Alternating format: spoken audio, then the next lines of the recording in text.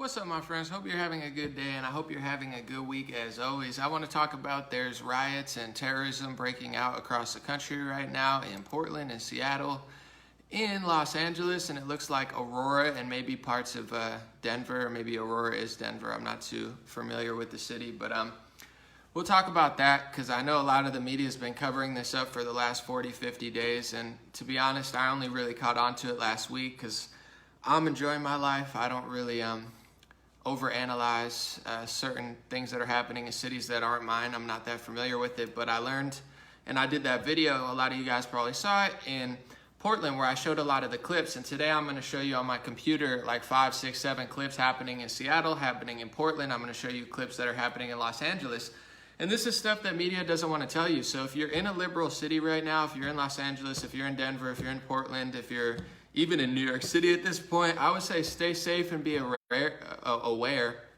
because it looks like they're about to spur these riots and this terrorism streak across the country again. They're going to take it from Portland across the country, and the media doesn't cover it. The Democratic politicians cover it up. They say it's peaceful protests. It's absolutely not. Just with what I'm going to show you today, I'm going to show you them burning, setting fire to a construction site. I'm going to show you defacing and vandalizing a Starbucks, shooting somebody in Colorado, shooting one of their own protesters by mistake, meaning to shoot a driver. So that happened. You have protesters, according to CBS, breaking windows and starting a fire at the Aurora courthouse. There's pictures of just complete destruction in Portland. And in Los Angeles, they're already smashing windows again. So this is, once again, I'm a First Amendment guy, freedom of speech, the right to express yourself, but the right to express yourself and the freedom of speech does not include setting fires. It does not include domestic terrorism. It doesn't include, burning a construction site because you disagree with what they want. And we're going to get into this live stream what they do want, because what they want and what the media says they want and what they really want and what the Democratic politicians say they want are two different things. That's why if you watched my last video, you can see Ted Wheeler, the Democrat from Portland, he bows down, he goes in protest, and then he goes on the TV and blames Trump. But if you watch the protest, he got attacked multiple times. He had water or liquid thrown at him. He had a bunch of tools dropped right at his feet. He got cursed at. He got ran off the streets and they chased him into a building. He had 5, 6 security. He had to close the door as he's getting attacked. So he's getting outrun by his own people. This is what happens when you're weak. This is what happens when you're a liar. And that's what's happening in most of these cities right now. They're blaming a political party that has no power in their state for their failure to protect their people. And I want to say too, before I start, I'm going to read a few comments and hang out, but a lot of people are going to pretend like this happened because Trump sent in federal agents. Before Trump sent, and these are not military people. These are just people who do the job that police are supposed to do, but they're not allowed to do it because they're being told to stand down. But this didn't just start 2 days ago when Trump decided to do this, or 3 days ago. This started 2 months ago. How would you feel? Maybe a lot of these people don't care. Maybe you live in the hills. Maybe you're so wealthy you don't care. Maybe you're a degenerate and you hate yourself so much you don't even care about your own life, so you don't care about others. But how would you feel? I talked to my friend. I had coffee, or to be honest, it was like a smoothie this week with my friend. And she's a young woman who's probably my age or so, but living in the city by herself, and she has to leave Los Angeles because it's not safe there anymore. She can't live there because her entire neighborhood's getting terrorized. In West Hollywood, I watched it happen to Fairfax. They destroyed an entire neighborhood. They're doing it in other parts of major cities. This is not peaceful protest. They're terrorizing people. No matter if you support them, no matter if you have the same politics, it's not safe. They allow you, it's easier to steal than it is to go to church. It's easier to burn something and get away with it than it is to open your small business if you're a hair salon. These are sick people. And if you don't realize the divide right now is not left to right, Democrat to Republican, I want unions and I don't want unions, or I want universal health care and you want, private health care. It's good and evil at this point. And I hate to really make it so black and white, but at this point, if you don't understand what's going on, there's a certain group of people who want to keep our community safe, and there's a certain group of people who are so weak, who are so fake, who are so pathetically dishonest and delusional and brainwashed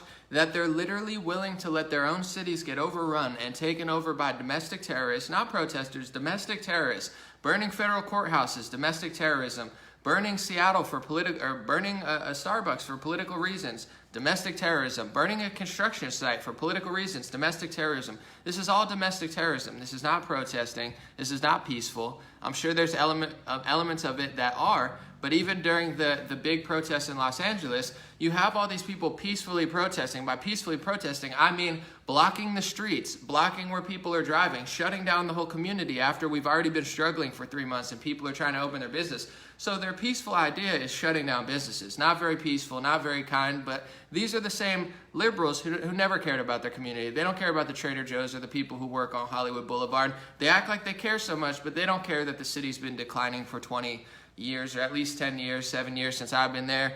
More homelessness, more trash, more crime. They never cared. They go out in the streets and just destroy the community more and act like they're caring. That's what they're doing here. And what does this have to do with Black Lives Matter? It started in Portland, where the black demographic is so small. It's under 10%. It's like 6% or something.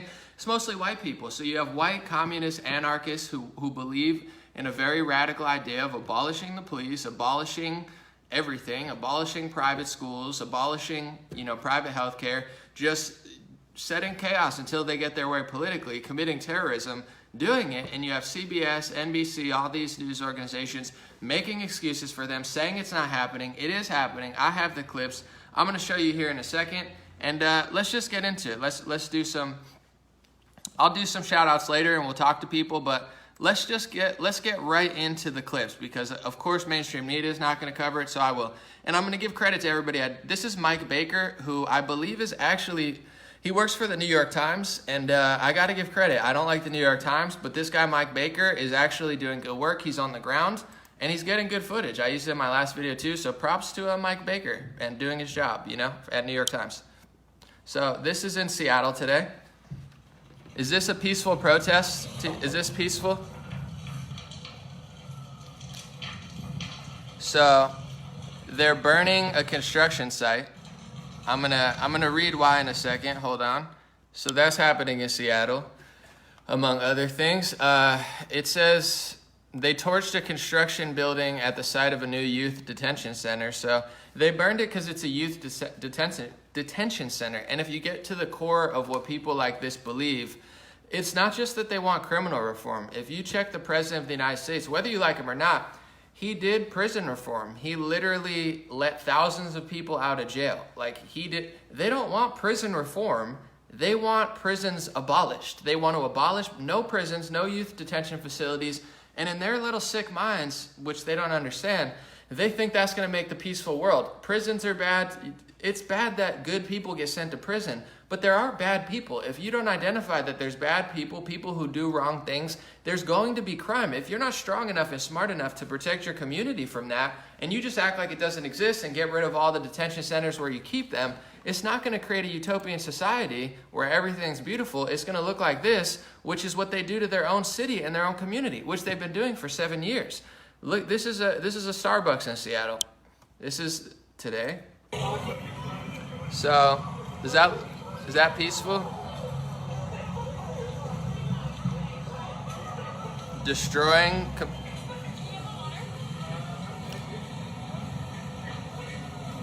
smashing up buildings, smashing up small businesses. Okay. People will say, Trump shouldn't have sent in federal agents to protect the community. He started it. This started 60 days ago, 50 days ago. Of course, they're going to start ramping up violence and blaming him.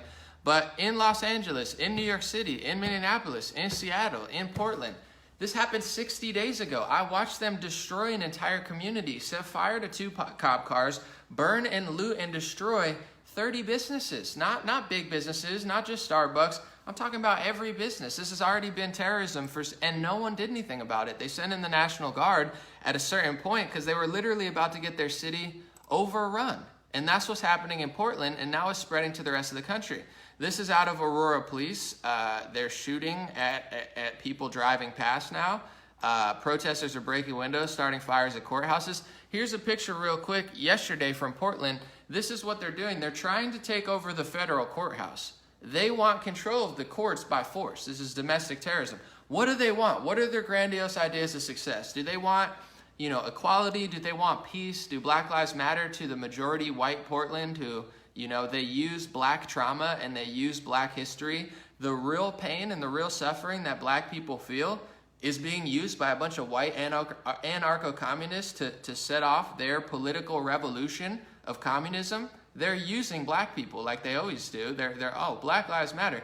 They don't care about black lives. They don't care about the nuclear family. They don't care about statistics that show why people are struggling or what it would take to really put them on the right path. They're going to do the exact opposite and use the trauma of black America to force a political revolution in a city that has barely any black people. So this is Portland. You could just see. Look at this. This is the federal building. Do you think these people are the ones who are going to build a peaceful society? Do you think these people can build buildings like, do you think they could paint like Michelangelo? Are these the artists and the Renaissance revolutionaries who are going to save the United States of America? This is who's going to build us. And now it's starting to spread to Los Angeles again. And once again, I want to say this too. The mainstream media is complicit in the sense of they are covering for this domestic terrorism. They're allowing people to burn police stations. It's already happened. Take over police stations, take over businesses, looting, destroying property, burning and attacking federal buildings, committing domestic terrorism, violence, crime, you name it, acting like it doesn't exist. They're calling it protest. They're covering for it. And these Democrat politicians, they agree with it. They're out there protesting with the protesters. They not only won't stop it, they support it. So if you live in Los Angeles, if you live in Denver, I don't know who runs it, but if you live in Portland, if you live in Seattle, understand it's not just that they're not trying to stop this stuff, they actually support it, and they're doing the opposite of what it would take to stop, which is strength. And I'll give you, before I show this clip of what's happening in Los Angeles, I was on Twitter and I was checking out my buddy Bryson Gray, who's a more conservative rapper. He was saying he was at some sort of BLM police protest standoff, and he said that the BLM protesters were attacking an elderly lady, and he said as soon as men came around, they stopped attacking the elderly lady. And this is a metaphor for how these type of people think. They attack the weak, they attack the vulnerable. They look for the weak point because weak people need weak situations. They can't go to, you're not going to go to conservative areas of Texas and pull this off. You're not going to go to conservative areas of California and pull this off. They tried it one time, got kicked out, cried racism, and never went back again. They look for the weak person. They pick on elderly people. They exploit black trauma. They use this type of stuff to leverage emotions but they can't stand up to this stuff. So the reason they're doing it in Portland is because the mayor is weak. The reason they're doing it in Los Angeles, the police are not allowed to do anything. You could break into a property, literally do all this crazy stuff. The police can't even do anything about it. They're not only, I won't even say underfunded, but the laws and the rules that these Democrat politicians are allowing them to do this, they're allowing domestic terrorism and making it virtually impossible to stop it. Here's Los Angeles tonight, not 3 weeks ago. They're trying to spur these riots all across the country again. Here, check it out.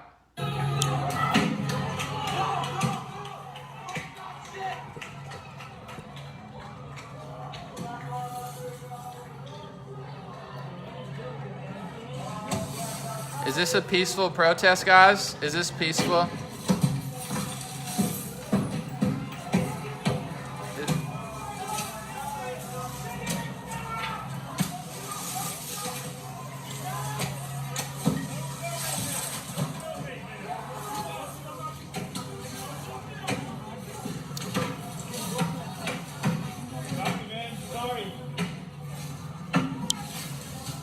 See, and if you notice, they're trying to block the camera. They don't want people filming this. They don't want people to know what they're doing. Most mainstream media won't film it. So this type of footage is coming from independent journalists who go to Portland, go to Los Angeles, and just start filming.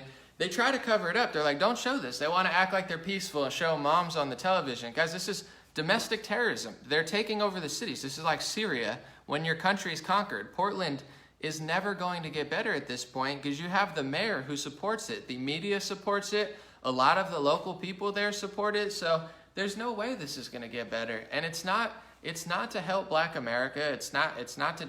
These type of people, they want to abolish police. They want to abolish prisons. They want to abolish detention facilities. They want to abolish private schools, charter schools. They want complete. The irony is they say they hate government, but in ideology and theory, really what they want is complete government control. They just want to control it. But you see the type of people that these are. Oh, we'll spread it out and we'll make it all peaceful as soon as we destroy everything. They don't know how to build. They don't know how to build buildings. They don't know how to run a society. Half these people can't even police themselves, let alone the country. They don't take care of themselves. They're mentally damaged. They're on drugs. I mean, what type of person goes around and just smashes buildings? I mean, this is just bad parenting and bad, bad spiritual energy. But this is what's happening. I wanted to just show you videos of it because the news is going to say that this isn't happening. The news is going to say it's all peaceful and that there's nothing like this going on. It's absolute insanity, and there's two options really at this point. One, you just leave these people alone. Portland will fail. Seattle will fail. Los Angeles will fail. New York City will fail. Either they're just going to completely fail, because how are you going to make a sane society when you show weakness? You show weakness, it's like showing blood to an animal. All the people say, dude, the mayor agrees with me. The mayor's not going to stop me. I can do this. I can smash buildings. I can destroy stuff. I can attack people. The mayor's allowing me to do it. So either we just let these cities completely fail, but of course, if you're the president or you run this country, that's not really a nice thing to do. You got millions of people who are forced to live there who have to get terrorized. I mean, I talked to somebody who's more liberal who's going to vote for Trump now. They lived in West Hollywood and they saw that they got threatened and terrorized and they had to flee Los Angeles. Millions of people are fleeing these cities. It's not safe to be there anymore. Los Angeles is not a safe city. The police won't protect you. The local government won't protect you. The entire city is going to trash even before COVID-19. It's disgusting. West Hollywood has been getting disgusting over the last year. There's homelessness everywhere. There's trash. There's filth. It's easy to commit robbery. They've changed the laws to make it almost impossible to hold someone accountable for theft. It's been getting worse and worse. There's assaults all the time. And the government says, hey, you know what? We don't even see that. We're going to defund the police. We don't even see that. We're going to blame Trump. We don't even see it. We think what you're doing is fantastic. Keep it up. It's going to get overrun. It's a literal hellhole. I've been gone for 2 weeks, 3 weeks. It's paradise. It was literal hell for the last 3 years of my life. Hell every day. Every day walking to get a coffee, hell. Everywhere I walked, hell. Hell on earth, hell on earth, hell on earth. Looking over my shoulder left or right 100 times because it's not safe. There's all sorts of street characters, homeless people, just goons left and right, trash everywhere. It's growing, growing, growing. Now you have the COVID shutdown. Now you have millions of people forced to leave because it's physically not safe. Now you have things boarded up in Santa Monica, West Hollywood. These places still haven't recovered. They're still not allowed to open. They're still boarded up. And now you have people smashing more buildings. They're destroying their own city. And this is who these people are. They're self-destructive degenerates. They destroy themselves internally and spiritually and mentally. And then they take their hate and anger out on the rest of the world. And they just destroy things. These people can't lead a city. These people can't save black lives. They don't know that black lives matter. They can't even protect themselves. A lot of these are happening in mostly white communities where they're using black trauma to try to push their ideas of anarcho-communism and just destroy things. It's disgusting. And the media is supporting it, and they're making excuses for it in local news and stuff. Here, I'm gonna try some more. This is happening in Portland last night. Let's see. There's federal agents trying to stand and defend basically buildings because they're getting taken over. Let me see. It's crazy. I'm trying to find some videos of it.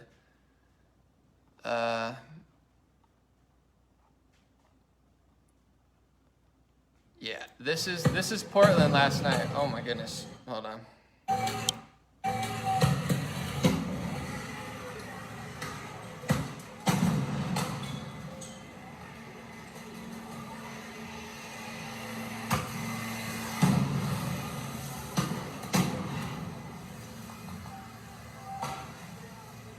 It looks like a war zone.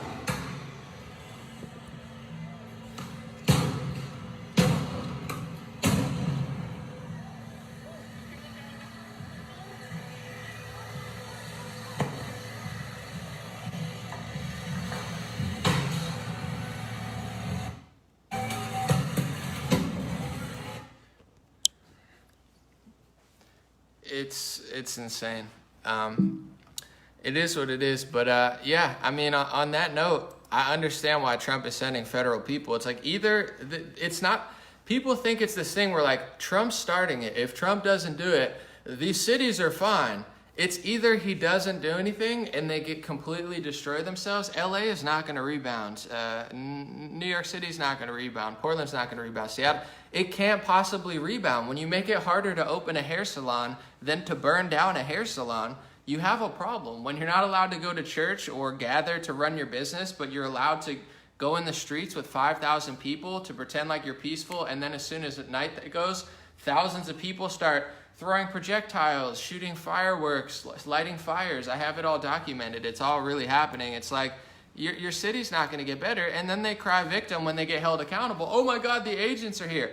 You have the right to protest. Nobody cares if you protest. Nobody cares if you scream Black Lives Matter. To be honest, they allowed you to shut down traffic, which is illegal, for a month. You shut down traffic. You selfishly destroyed your own community. All these people you claim to care about, Vietnamese restaurants, Thai restaurants, Black-owned businesses, Hispanic-owned businesses, European-owned businesses, all these immigrants you claim to care about, you destroyed thousands of businesses because you're shutting down traffic and shutting down the city because you're this self-righteous person.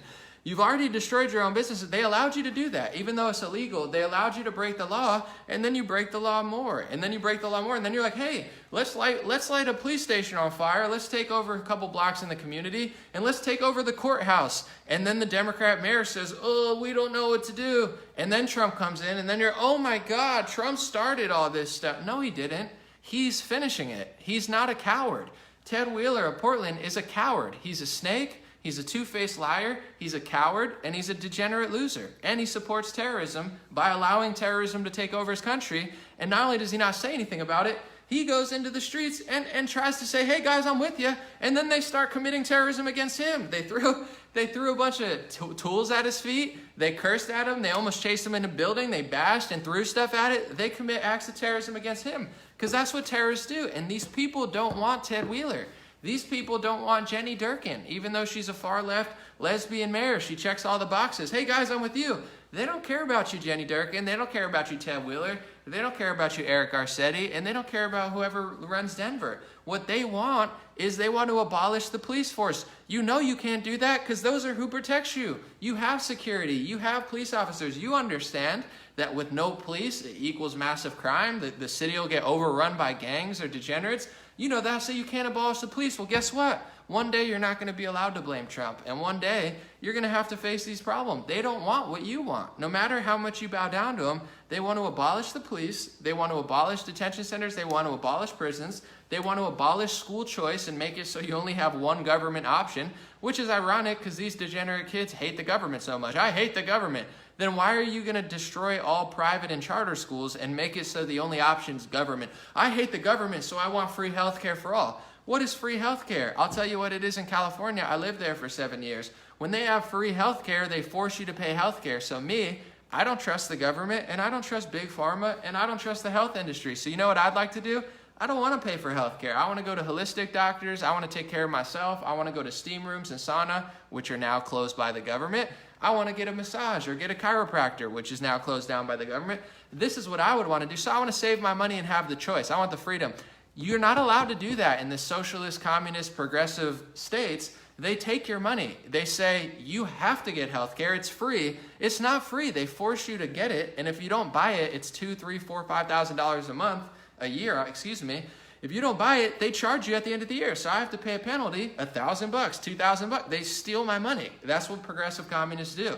Hey, we're giving you free healthcare. It's not free. It's government-controlled healthcare. And what they don't tell you about free school and free college and free healthcare, all these radical ideas they have, first of all, it's not free. You have to pay for it. Second of all, you don't have the option to opt out. Imagine if I said, here's free soda, and then I give it to you and I steal $1,000 from you. I don't want it. You have to take it. If you don't take it, you either pay for it and you take it, or I take your money.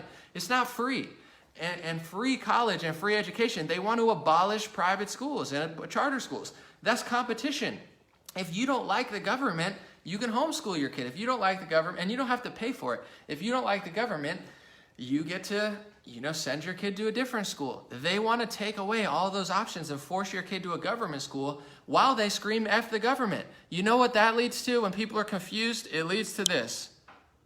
Look at this is the type of future these people build. And these Democrats that don't have to live here say, oh, it's Trump's fault. Go live in Portland. Go live in the crappy parts of Seattle where they're taking over. Go live in Los Angeles. Go live in these cities that they're destroying. And then tell me you want to vote for these people, because this is the type of future they lead. They don't do it in wealthy areas because they'll get chased out because there's security. By saying you want to take away cops, you want to take away the security of the poor and the middle class. I don't need a cop if I have money in the Second Amendment and a security, but if you don't have money, you need the cops. What did Ted Wheeler do? Ted Wheeler went out to the protest with 5 security guards. Why did he have 5 security guards? Because he can afford 5 security guards, or his federal paycheck that he gets from your taxpayer dollars paid for security.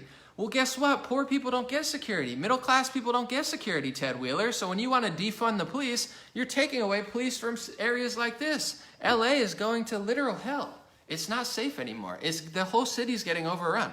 It's never going back to normal until they vote for a conservative or somebody that's strong like a Giuliani or a Trump. Meanwhile, they blame Trump. Wake up, people, or this is going to be the entire country. Or at a certain point, people are just going to stand up for themselves. You notice, like I said, my buddy, I'm going to read his exact. I'm going to read the exact quote because I don't want to mess it up. But let me see. My buddy Bryson said, during the scuffle between us and Black Lives Matter earlier, I noticed they targeted elderly men and women. They attempted to attack a man with a cane also. They never tried to attack the adult men that were able-bodied. They backed up every time. So a lot of these radical people, not all of them are violent, but the ones who were, attacked elderly men and women. Why is that? I responded, I said, perfect example to show how they take advantage of weakness. They don't go to dangerous neighborhoods. You don't see them on the south side of Chicago. How come Portland white kids don't fly out to south side of Chicago? You got a bunch of communists flying out to Portland now to be part of the revolution. How come they don't fly to south side of Chicago? Because Portland's mostly white. Even when it's dangerous, Portland's still safer than the south side of Chicago. They don't go to dangerous neighborhoods. They take advantage of weak, spineless losers like Ted Wheeler and go there. They don't go to conservative areas because they'll get blasted. They don't go to conservative areas. They get kicked out by the police, and the business owners in the community, believe it or not, actually care about their community. So they tried that in Huntington Beach. If you watched it on the news or on social media, they went there and said, we're gonna do what we did in Santa Monica and West Hollywood. We're gonna be peaceful, even though everyone just watched them destroy everything. And the police stopped them, and behind the police, you had hundreds of Trump supporters, hundreds of business owners who said no. They don't go to the conservative areas of Texas because they're scared to, because people have guns and they're not going to let them destroy their communities. So they look for elderly people because those are weak people, and metaphorically, they look for Portland. Portland has a weak, pathetic mayor who's a dishonest, disingenuous, at this point, basically supporter of domestic terrorism or cover-upper of domestic terrorism. That's not a priority for him, so he gets run over because he's a weakling. And that's just how human nature works. In Los Angeles, Mayor Garcetti cares more about appeasing this mob than he does supporting his own police officers. So he's getting run over. The city's getting run over. Homelessness is getting out of control. Robberies have gotten out of control. Break-ins have gotten out of control over the last couple of years, and they don't seem to care. The police say, hey, sorry, I can't help you. The laws are so screwed against us. This person just broke into 4 houses, but I can't even do anything about it. This is literally stuff that happens, trust me. So what happens? He's going to get run over. They can blame Trump. Who cares who they blame, guys? Who cares? If Trump wants to stop them, it's bad optics because they're going to blame him. They're going to blame him either way. Either you're going to let the city fall, where at this point, I'm not there, so I don't particularly care that much, but there's millions of innocent people there. So if you're a kind-hearted, compassionate person, you don't let that happen, which is what he's doing now. They're going to blame it on him, but he's going to send federal agents. At the end of the day, you can protest peacefully, you can march as long as you follow the rules.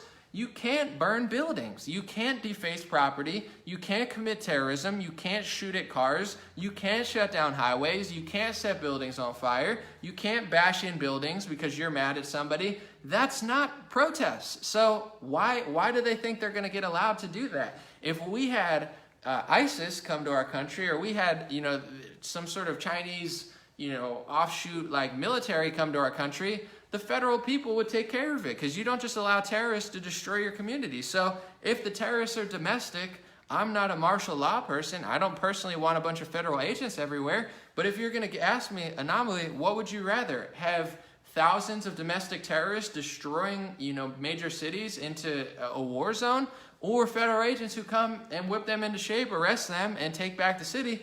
I'm going to lean with the federal agents. So go Trump, go them.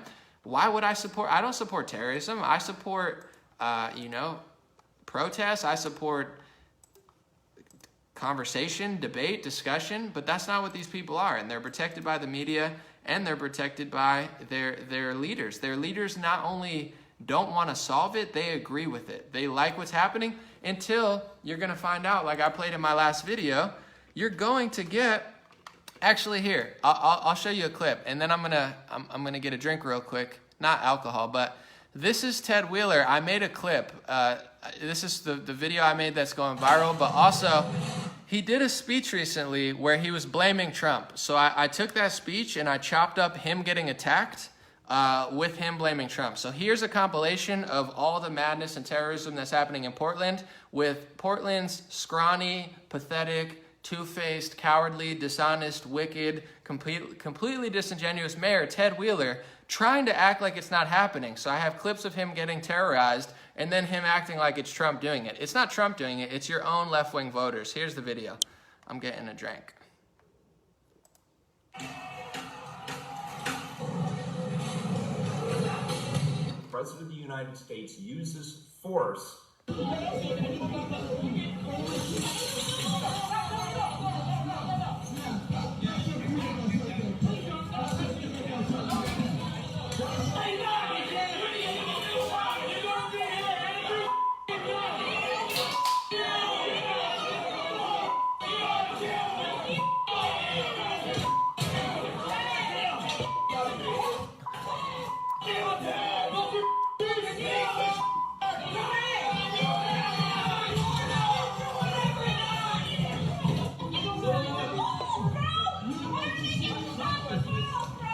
And he uses it selectively based on the political affiliation of the people who are the elected leaders in those cities. That is a direct threat to democracy.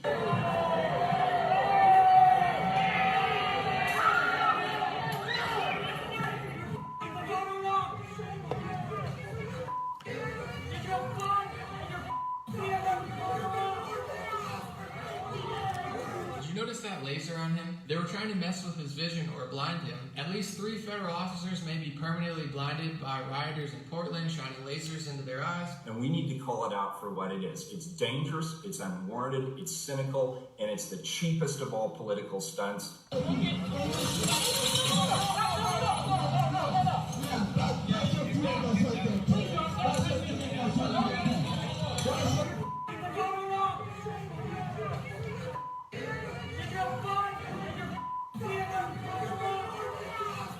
All of us are saying to our federal government, stop terrorizing us, stop putting us in danger, stop destroying our community. And when we start to see this spread to other communities around the country, as we are, and we elevate this issue, and Americans all over the country say, we have had enough, I believe the federal government will be forced to back down.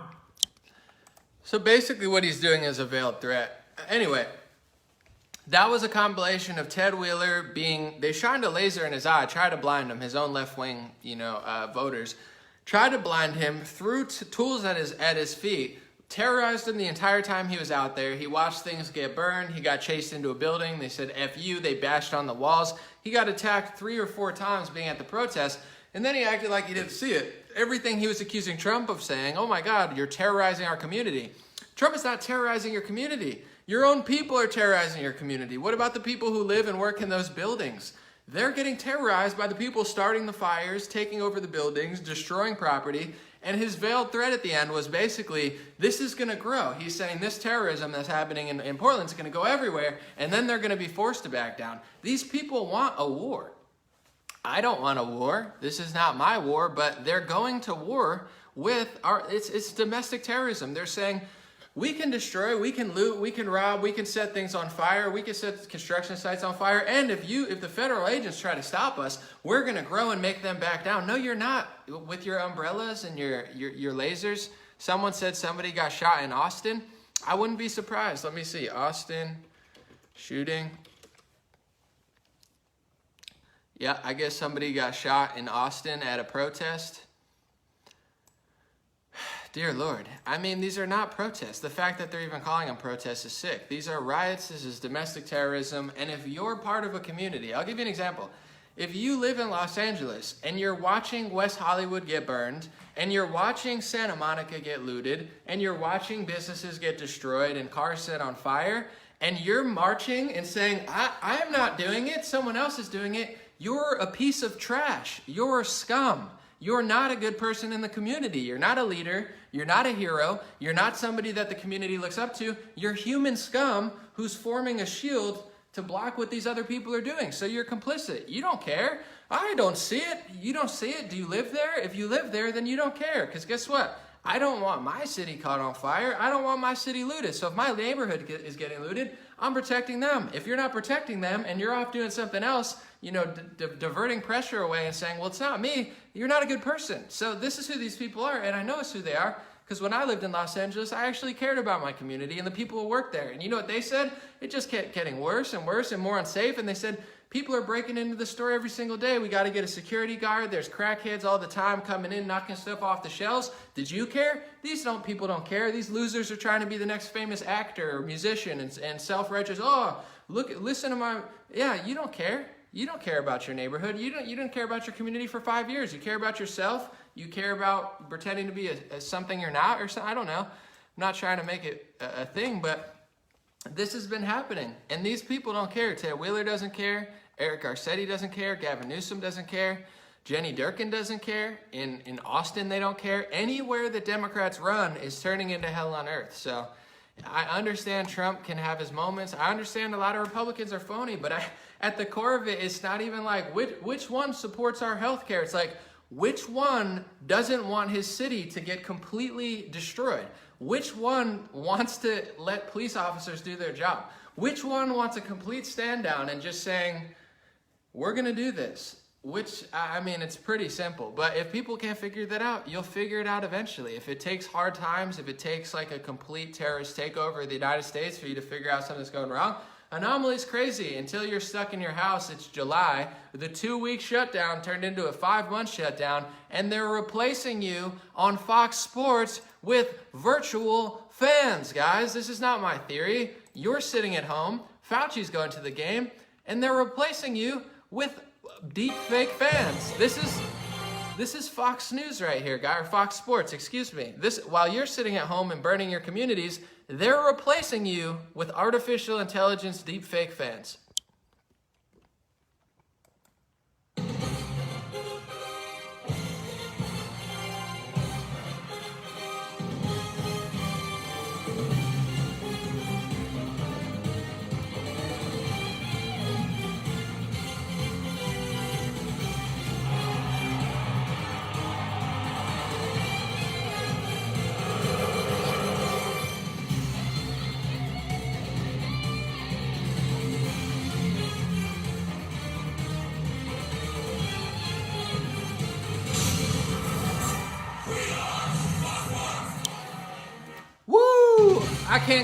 I can't go to the baseball game, but degenerates can destroy Los Angeles and Portland, and I'm going to watch robots pretend to be humans on television because I'm afraid of a coronavirus. Oh yeah, it's so crazy now, isn't it? Anomaly, that's crazy. I mean, I've just been in my house for 5 months and they're replacing me with virtual fans. They're replacing you with artificial intelligence as we speak, as people are destroying the communities. Is that a little weird?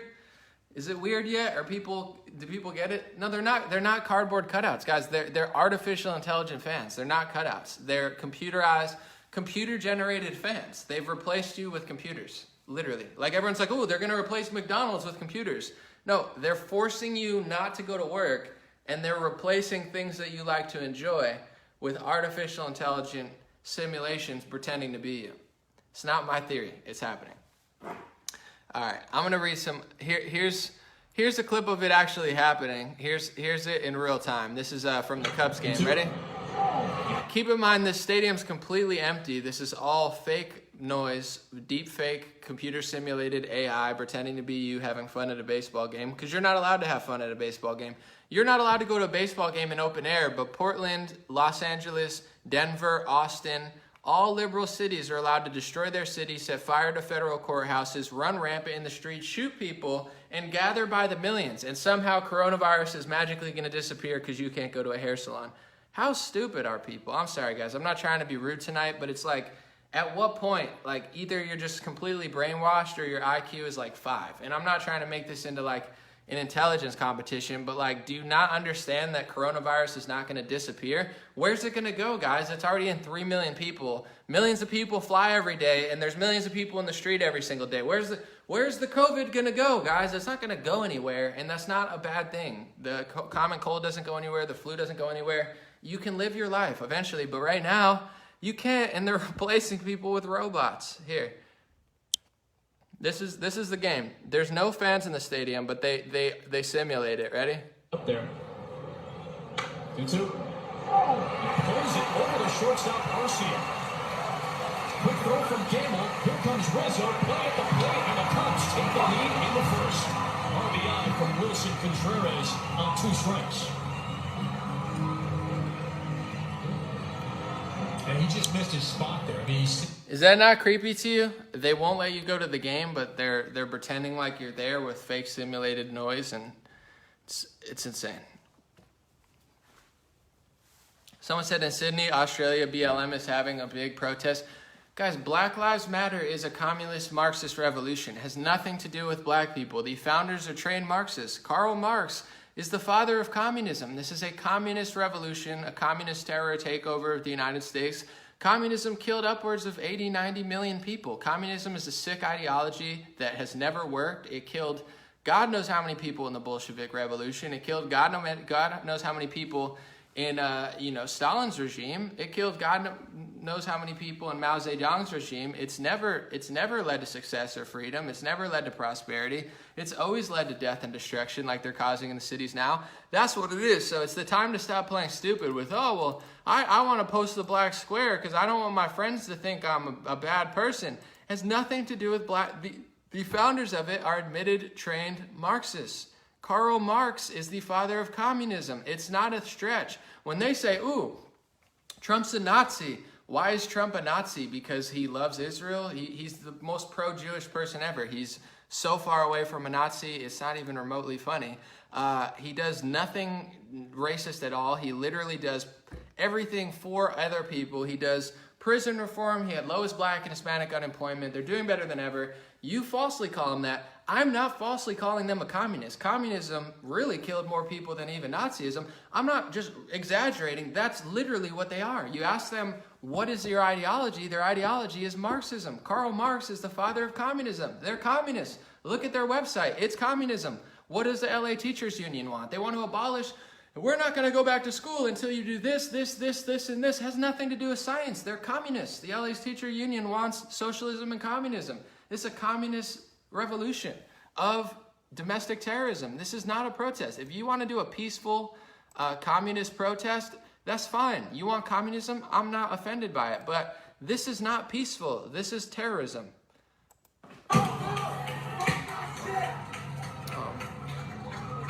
Hold on, I'm trying to... I put something on the screen. Hold on. I put some sort of stupid... hold on a second. I'm trying to get this off. Wait, how do I get back? Here it is. This is not...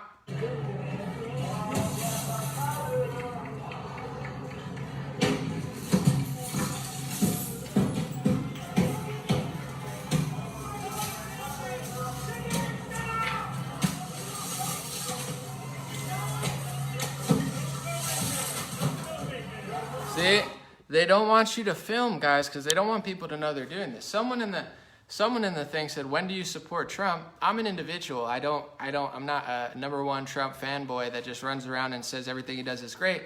But you have two options this election, guys. You have an option with somebody that wants to establish law and order, that wants to keep peace in this country and keep your community safe, or you have a political party that is sold out to Marxism and communism. If you want communism, vote for Joe Biden. If you want this soft, phony political correctness pretending to bow down to you while they let all major cities being destroyed, Portland, Democrat.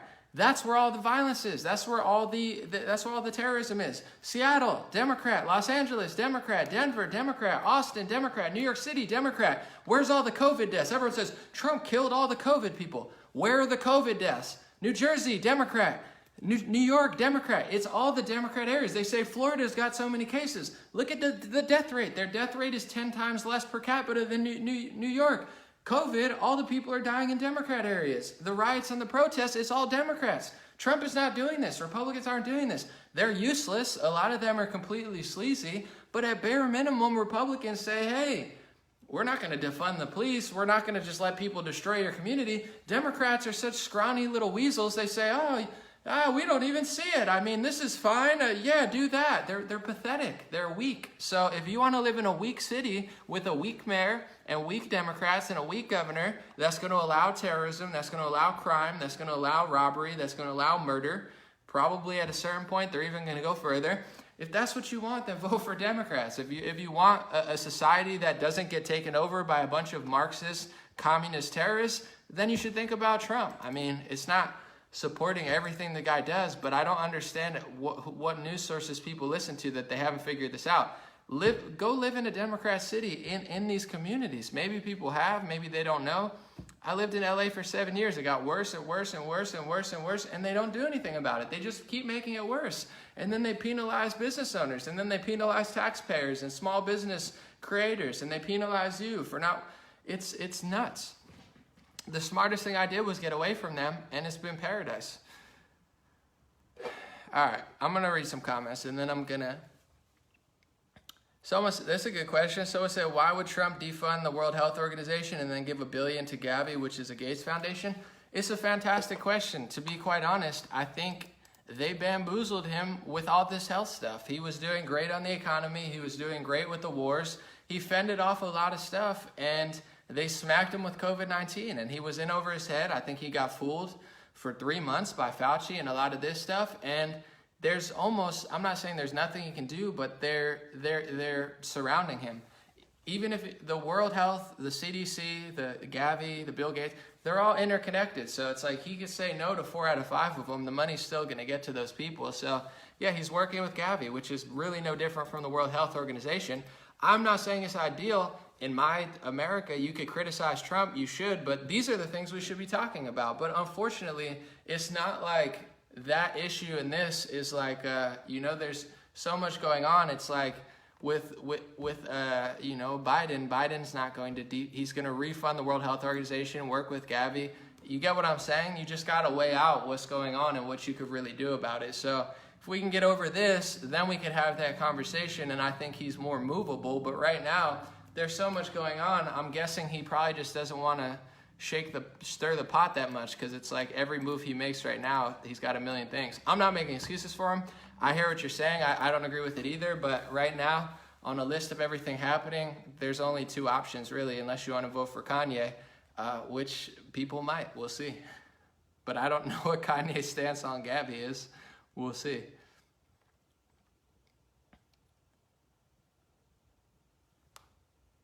Someone said, usually we vote at the ballot box, but if this stuff doesn't stop, at a certain point, you really have to think about it, because in general, they prey on weakness. So if you live in a liberal city, you're at most risk. If you don't live in a liberal city, they pretty much probably won't bother you for the most part. Eventually they might, but if you stand up to them, they run away and go somewhere weaker. So we'll see how far this goes, but it's definitely... Tonight is really the second wave of the riots. I'm not trying to overstate it, but this is what it seems like it's about to be, the second wave of what we saw earlier, which is just complete chaos in these cities. And these cities are not able to handle it. Even if there's no riots, these cities are not ready for the crime. They're not ready. It's already happened. I lived in Los Angeles. I'm not going to say exactly where, but when I moved into my neighborhood, there weren't security guards everywhere. When I left, there were security guards everywhere before COVID-19. Why was there security guards at Coffee Bean? Why were there security guards at Subway? It's because it wasn't safe anymore. When I moved in, it wasn't it's never really safe, but it went from being whatever to literally not safe to put your guard down anywhere. The whole city's already been going to shit on top of all these riots. The Democrats are not equipped mentally or politically to deal with this stuff because they're too fake and they're too weak. At a certain point, Giuliani fixed a little bit of New York. He made it safer. He might have made some mistakes. He might have treated some people in ways that people don't agree with, but he put his foot down and was like, I'm going to get rid of the mob, the Italian mob, anybody. He just was like, no crime. You know, you can have your disagreements with it, but the Democrats are the exact opposite of what a Giuliani was, and they're like, all the crime. It's instead of no crime, it's like, I don't even see crime. Crime's not even a thing to me. I don't even pay attention. Let's get rid of maps that show the crime because it hurts my feeling. Like, it's not going to end well.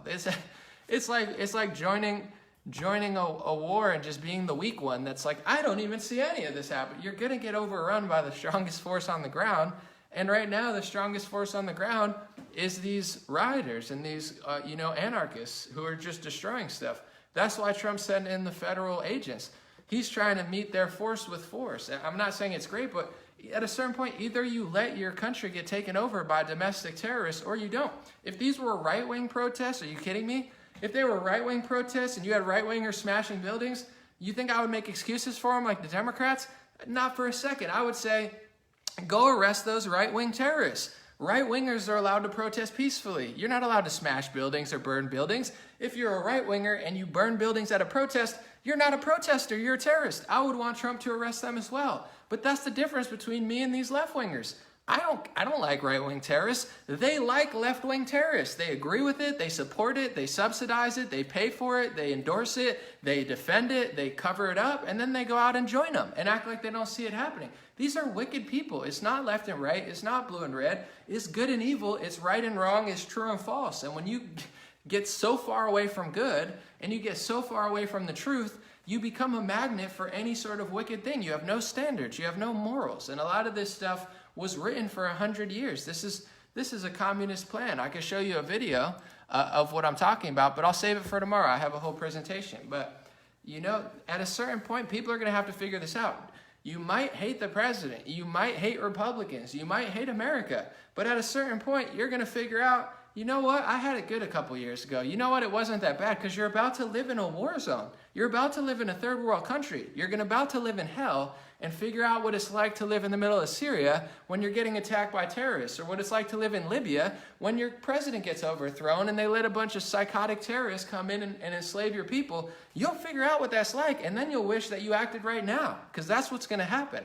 If people don't stand up to these people, your city's going to get run over. Los Angeles is a defunct city. It literally, the smartest thing I ever did was leave. Leaving, I've had a brilliant I was like, I can't believe I live there. It's disgusting. There's tents everywhere. There's trash everywhere. There's homeless everywhere. There's just complete chaos. My friends who are still there, their building gets broken into. They call the police. The police can't even do anything. The dude's bleeding. He broke into 3 different places. The police are like, I wish I could help you, but the laws say that technically I can't even arrest the guy. So it's a hellhole. It's only going to get worse, and you'll figure it out. If you don't want to believe me, I don't care. I don't live there anymore, so you'll figure it out one way or the other. Portland is not going to get better. You need someone to say, stop doing that. It's like if your kid smashes all the windows on your house, what type of parent are you? Do you say, you're grounded, you can't do that, I'm going to make sure my kid never smashes my windows again? Or are you going to say, oh, good job, Billy, keep smashing the windows. It's the parent who tells me to stop that's the problem. You keep smashing those windows. You're an idiot. So that's who Ted Wheeler is. He's the parent who lets his kid be a criminal. And not only doesn't stop his parent or try to parent his kid, tries to endorse it, support it, say it's a good thing to do. That's who these people are. Good job, Billy, smash all the windows in the house. But then they get mad when it's their house. Oh my goodness, I didn't think they'd attack me. Well, that's what happens. They attack other people. You think they care about you? They're not good people. So Ted Wheeler gets attacked and he still doesn't tell the truth. That's an evil man. He's an evil, wicked man. He got attacked with tools, lasers. He got attacked with water and liquid. He got attacked going into a building where they threw stuff on his building, attacked him. It looked like a terrorist mob. You can't do that. He's an elected official. If you're Trump and he gets attacked like that, that's terrorism. You have to arrest those people. They're attacking a federal official. He's the mayor, and he got attacked multiple times. They tried to blind him. They tried to throw stuff at his feet, heavy tools, and then they attacked the building he went into. And he lets it happen. He's a pathetic coward. Ted Wheeler, you're a coward. You're a coward, man. Letting that happen, saying, I don't even see it, that's okay. Yeah, let's take on the federal agents. He's going to keep getting attacked. He's going to keep getting domestic. He won't say no. He's like, I don't even notice it. You don't notice it? What a pathetic loser. What a scum. It's ridiculous. Someone said, did you see toddlers carrying signs saying F the police? Yeah, I saw that. It's horrible parenting. This has become a magnet for people who are either completely lost internally or really bad people. Now their kids are going to grow up, get in trouble, and then they're going to play the victim. They got kids marching around screaming all angry. They're brainwashing their kids with evil spirituality. That's not what these kids should be doing. And then they're going to get ready to play the victim when something goes wrong. Something's not going to go right because you're not raising your kids right. They're raising their kids wrong. But that's the whole premise of this argument. If you teach your kids self-responsibility, if you teach your kids how to act, if you teach your kids not to commit crimes, and then you teach your kids whether you do or don't commit a crime and you deal with the police, if you teach your kids to be respectful, regardless of what they did, yes sir, no sir, not because even if they're wrong, hey, fight it in court, you don't want to get bopped if these cops are crazy, yes sir, no sir, just get out of my way, they got a gun, leave me alone. If everyone did that, there would be no radical thing that they're complaining about. You look at all these cases, almost all of them, people are resisting, people are fighting back, people are grabbing at weapons. Very few cases are just completely unprovoked at all. Virtually none of them. It's like 1 every 4 years people freak out when it happens, but out of the 30, 40, 50 instances they talk about, if you read the police reports and you look at what happened, it's not unprovoked, it's not nonviolent, it's just they don't have a weapon while they're doing that, which is not a virtuous thing to do. It's stupid. If someone has a weapon and I don't have a weapon, you should shut up, shut your mouth, and stop attacking them. If you attack someone with a weapon, you're kind of an idiot. But that's the kids that these people raise, and they continue to raise, and they continue to act like they don't see the problem. They are the problem. They're creating the problem. You go to Black Lives Matter website, they think the Western nuclear family is a threat. The Western nuclear family and the Christian structure of a family is what led to prosperity and success even for their community, even before civil rights era. You look at, income and family structures, there's some statistics saying that they were doing better. And then you introduce all this Marxist communist ideology, all this disgusting culture and the breakup of the family, and that's a large reason for all these other problems. So they're not looking at the problems and saying, let me make that right, and right. They're screwing these people over. They're screwing over their own community. It's all self-sabotage. It's all backwards, wicked stuff. It's all wrong. Everything they're doing is wrong. Their politics are wrong. Their terrorism is illegal. You don't act like that. You think these people could build? They're setting fire to their community. You think when it's all said and done, you put all these little degenerate losers in a corner and you let them create their ideal government? You think they're going to be able to build buildings and create a successful economy and, really have a place where millions of people can live and thrive? They can't do anything. All they could do is destroy. Either you build or you destroy. All they can do is destroy and set fires and be angry because they're not builders, they're not innovators, they're not good people. That's all they can do. You give them their way, there's nothing there. Give them their way. Yeah, Portland, let them burn everything down and then give them their government. It's going to look like Chaz. It's going to look like a little crappy hellhole where the strongest force on the ground, probably a SoundCloud rapper with a gun, is going to take over the thing. I'm the mayor now, and they say, oh my goodness, I guess you are, because that's what happens to little weak cowards. They can't run a city.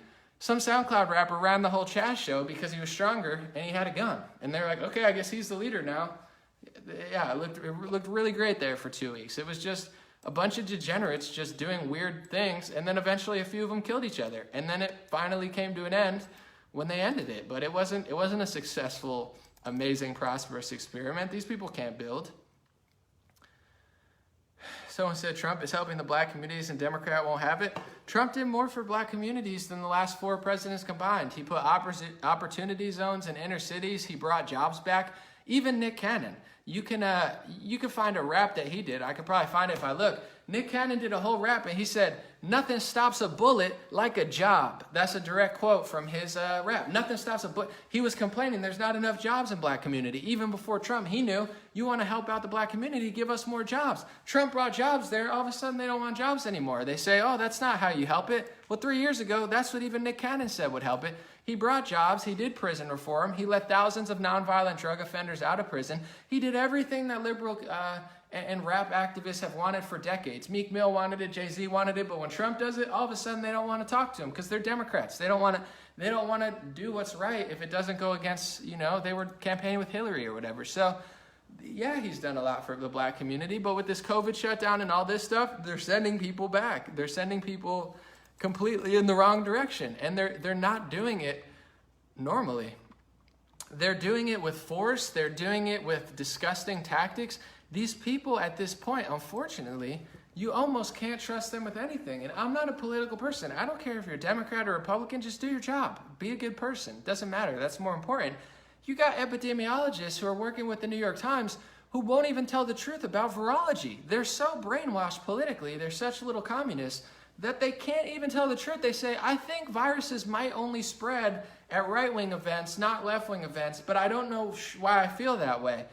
The virus is not going to stop, guys. It's already millions of people, and you're going to have mass protests again. So they shut you down again for 2 weeks. They shut the gyms down again, and now you're going to have all these protests. So I can't work out. You know what these kids should do? Work out. If these kids worked out, they probably wouldn't be such degenerate losers. If they listened to Tony Robbins or Gary Vee or Eckhart Tolle or any one of the 10,000 spiritual men and women on Instagram who are life coaches, they probably wouldn't want to burn their thing down. A lot of them are sloppy, degenerate. They don't take care of themselves mentally, physically. They're on drugs.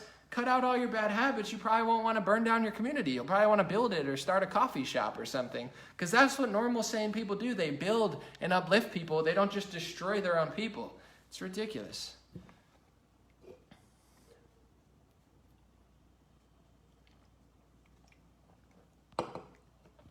Someone said you have to find out about the Chinese government, how they're about to checkmate the states.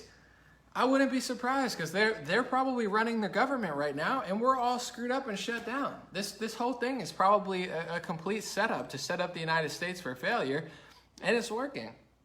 The communists, and I'm not even talking about China, I'm talking about all communists, they've known for 100 years that the easiest way to split up America is through racial division. Here, I'll play a clip real quick. Hold on. They've known this. This is G. Edward Griffin from, hold on one second.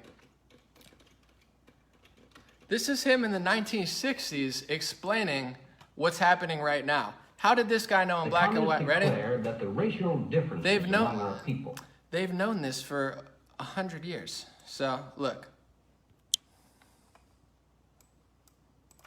As early as 1928, the communists declared that the racial differences among our people constituted the weakest and most vulnerable point in our social fabric. By constantly probing and straining at this one spot, they calculated that eventually the cloth could be torn apart and that Americans could be divided, weakened, and perhaps even set against each other in open combat. We mustn't kid ourselves into thinking that the communists have placed their agitators only into the black communities. They're working both sides of the street. They want hatred, violence, and bloodshed between the races, and they don't care how they get it or whom they use, even children if necessary. Here is a book that I think ought to be in every home library.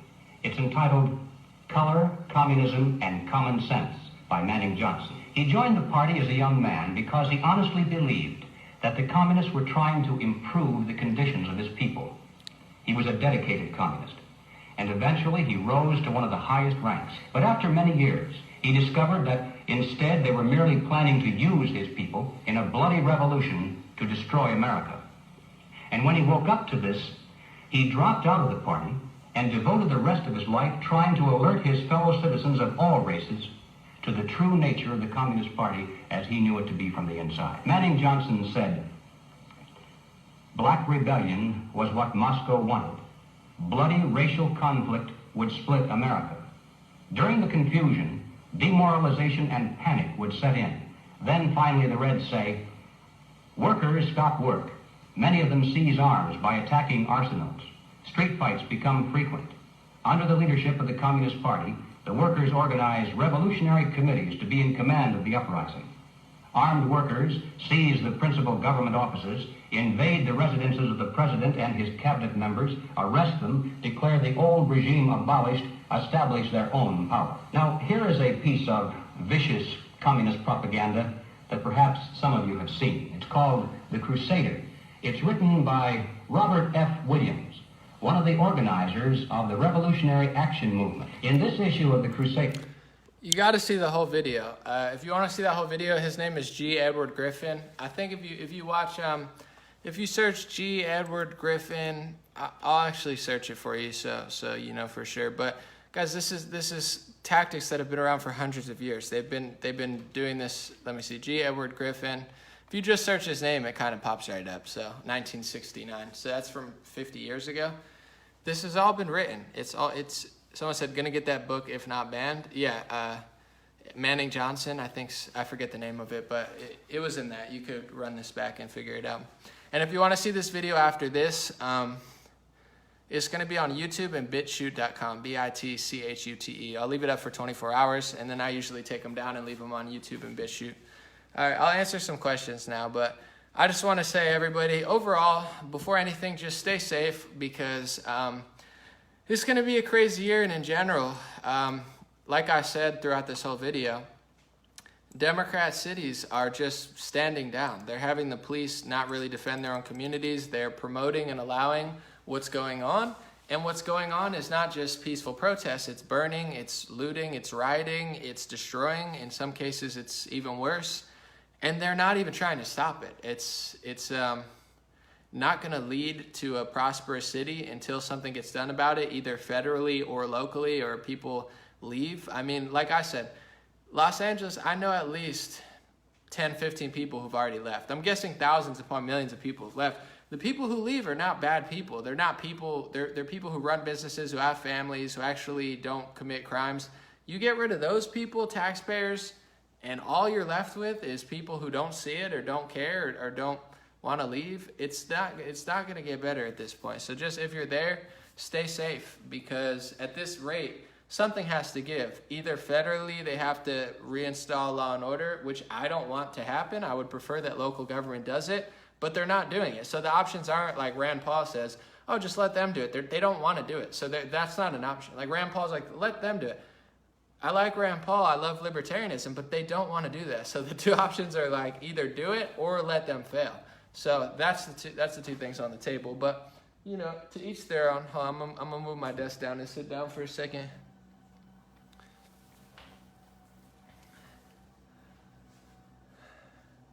Sharon said, it's a distraction from human trafficking. Well, here's the thing, Sharon.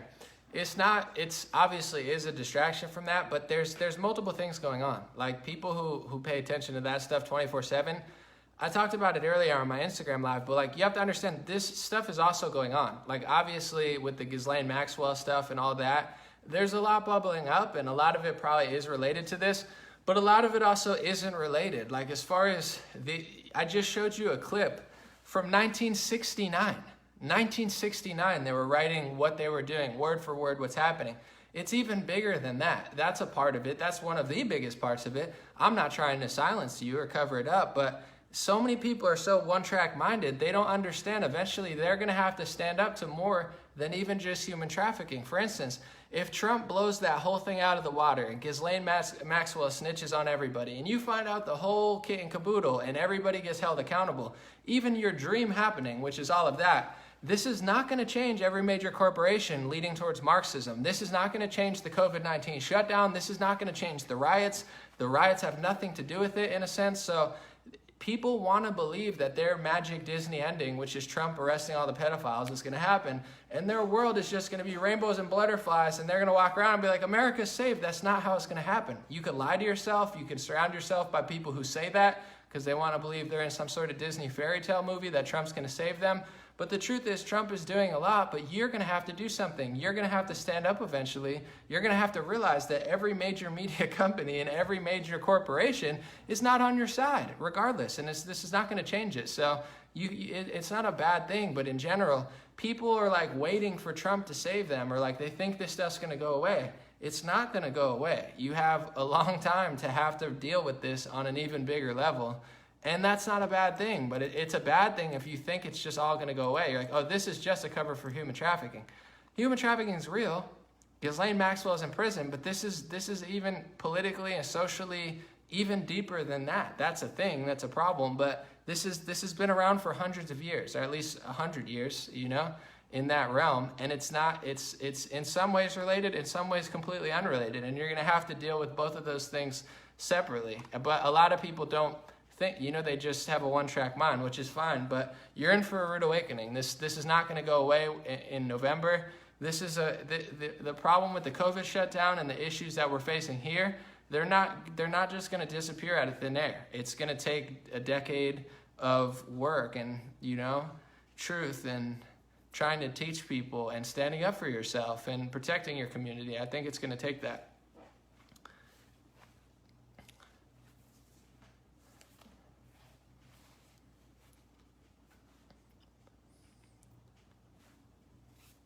Jenny said everybody else is just waiting for someone else to do something. Yeah, it's really lazy. And even like you look at the left, they thought Mueller, like at a certain point, if you're a Democrat and you think Robert Mueller is your hero, there's something wrong with you. And I'm not trying to be mean, but like Robert Mueller is like a Bush Republican. You like Robert Mueller's your hero? You hate Trump so much you think Robert Mueller is going to save your life?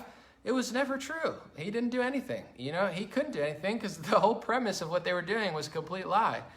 But you thought you hated Trump so much, you thought Robert Mueller was going to wipe your butt and save you? It's a joke. And same with the right wing. I personally think Trump's doing a lot more than Robert Mueller, but he can't wipe your butt and save your whole life. It's a fun idea to take responsibility away from yourself and say, Robert Mueller's going to save my life or Trump's going to save my life. They're both not going to save your life. They're going to maybe help you, maybe do nothing, but overall, you have to step up. You have to realize like these Marxist things have been planted for 100 years. It's not going to go away, even if Trump arrested every Ghislaine Maxwell affiliate in the world. It's just not going to happen that way. It's a fun thing to think because then you don't have to think about anything bad happening. It's really like a biblical story. It's like replacing the Bible with a new theory, which is not very Christian, but it's like, oh, when that happens, everything will go good. No, you're conflating it with like Christianity, where, they have an end story, and you're conflating it with Trump, and you think he's going to, eliminate all the bad boys and everything. There's a lot of work to be done, which is fine, but the amount of people who think that everything's just going to disappear is astounding. Tim said, I just built the federal courthouse in Charlotte. I hope they don't burn it down. Yeah, I would hope so too. Well, congratulations on being a builder. We appreciate you. I appreciate people who build and don't just destroy. Someone said, how do you expect people to stand up if they won't stand up right now? How do you get people to stand up? I don't know. I don't know that it's really possible. Right now, I think most of this is happening in liberal cities. Most conservatives don't care. Most conservatives in Texas or Middle America or Tennessee, most of the conservatives don't want to live in Nashville. So it's like, they don't care if you destroy your own community. I think that's what's happening now as people are leaving. If I had family in LA and I was born and raised in Los Angeles, I would have stayed there and fought for my city. But wasn't born and raised there. I was kind of a transplant anyway, so I didn't have a major attachment to it. So I'm like, I'm out. And if they want to destroy their own city, I don't agree with it. I'm not the president, but as a citizen, I'm waiting. I think a lot of people are waiting. So obviously this year is a little disappointing, but as far as I don't think people have stood up because there hasn't been like a big enough event that have made people really care. I think a lot of people are waiting to vote for the president and vote for Republican and just keep quiet until then and hope for a big turnaround. But eventually it's going to escalate, and whether people want to admit it or not, I don't want it to get sloppy. I love everyone, but conservatives have more police officers on their side, more military officers on their side, as well as more gun owners on their side. It's the conservatives who mostly, really rock with the Second Amendment and really have like police and military, a majority, not all, but a majority on their side. So when push comes to shove, that's going to be the divide. I hope it doesn't get to that point, but I think people are just waiting because at this point it's like, I don't know. I don't live in Portland. I don't want them to do that. If I was a federal mayor or something, I would care, but I don't live in Portland. So if they want to destroy their own community, it doesn't really affect me at this moment. But, it does affect Trump. That's why he's acting. But I think a lot of conservatives, they're not standing up because they're waiting to vote, Like, that's how our democracy worked for a while.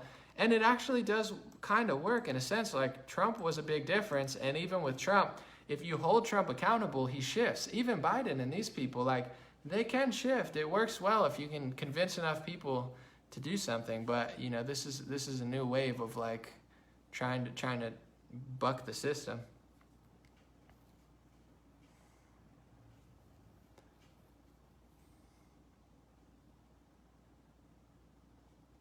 Someone said maybe we will feel safer to speak up once Trump gets reelected.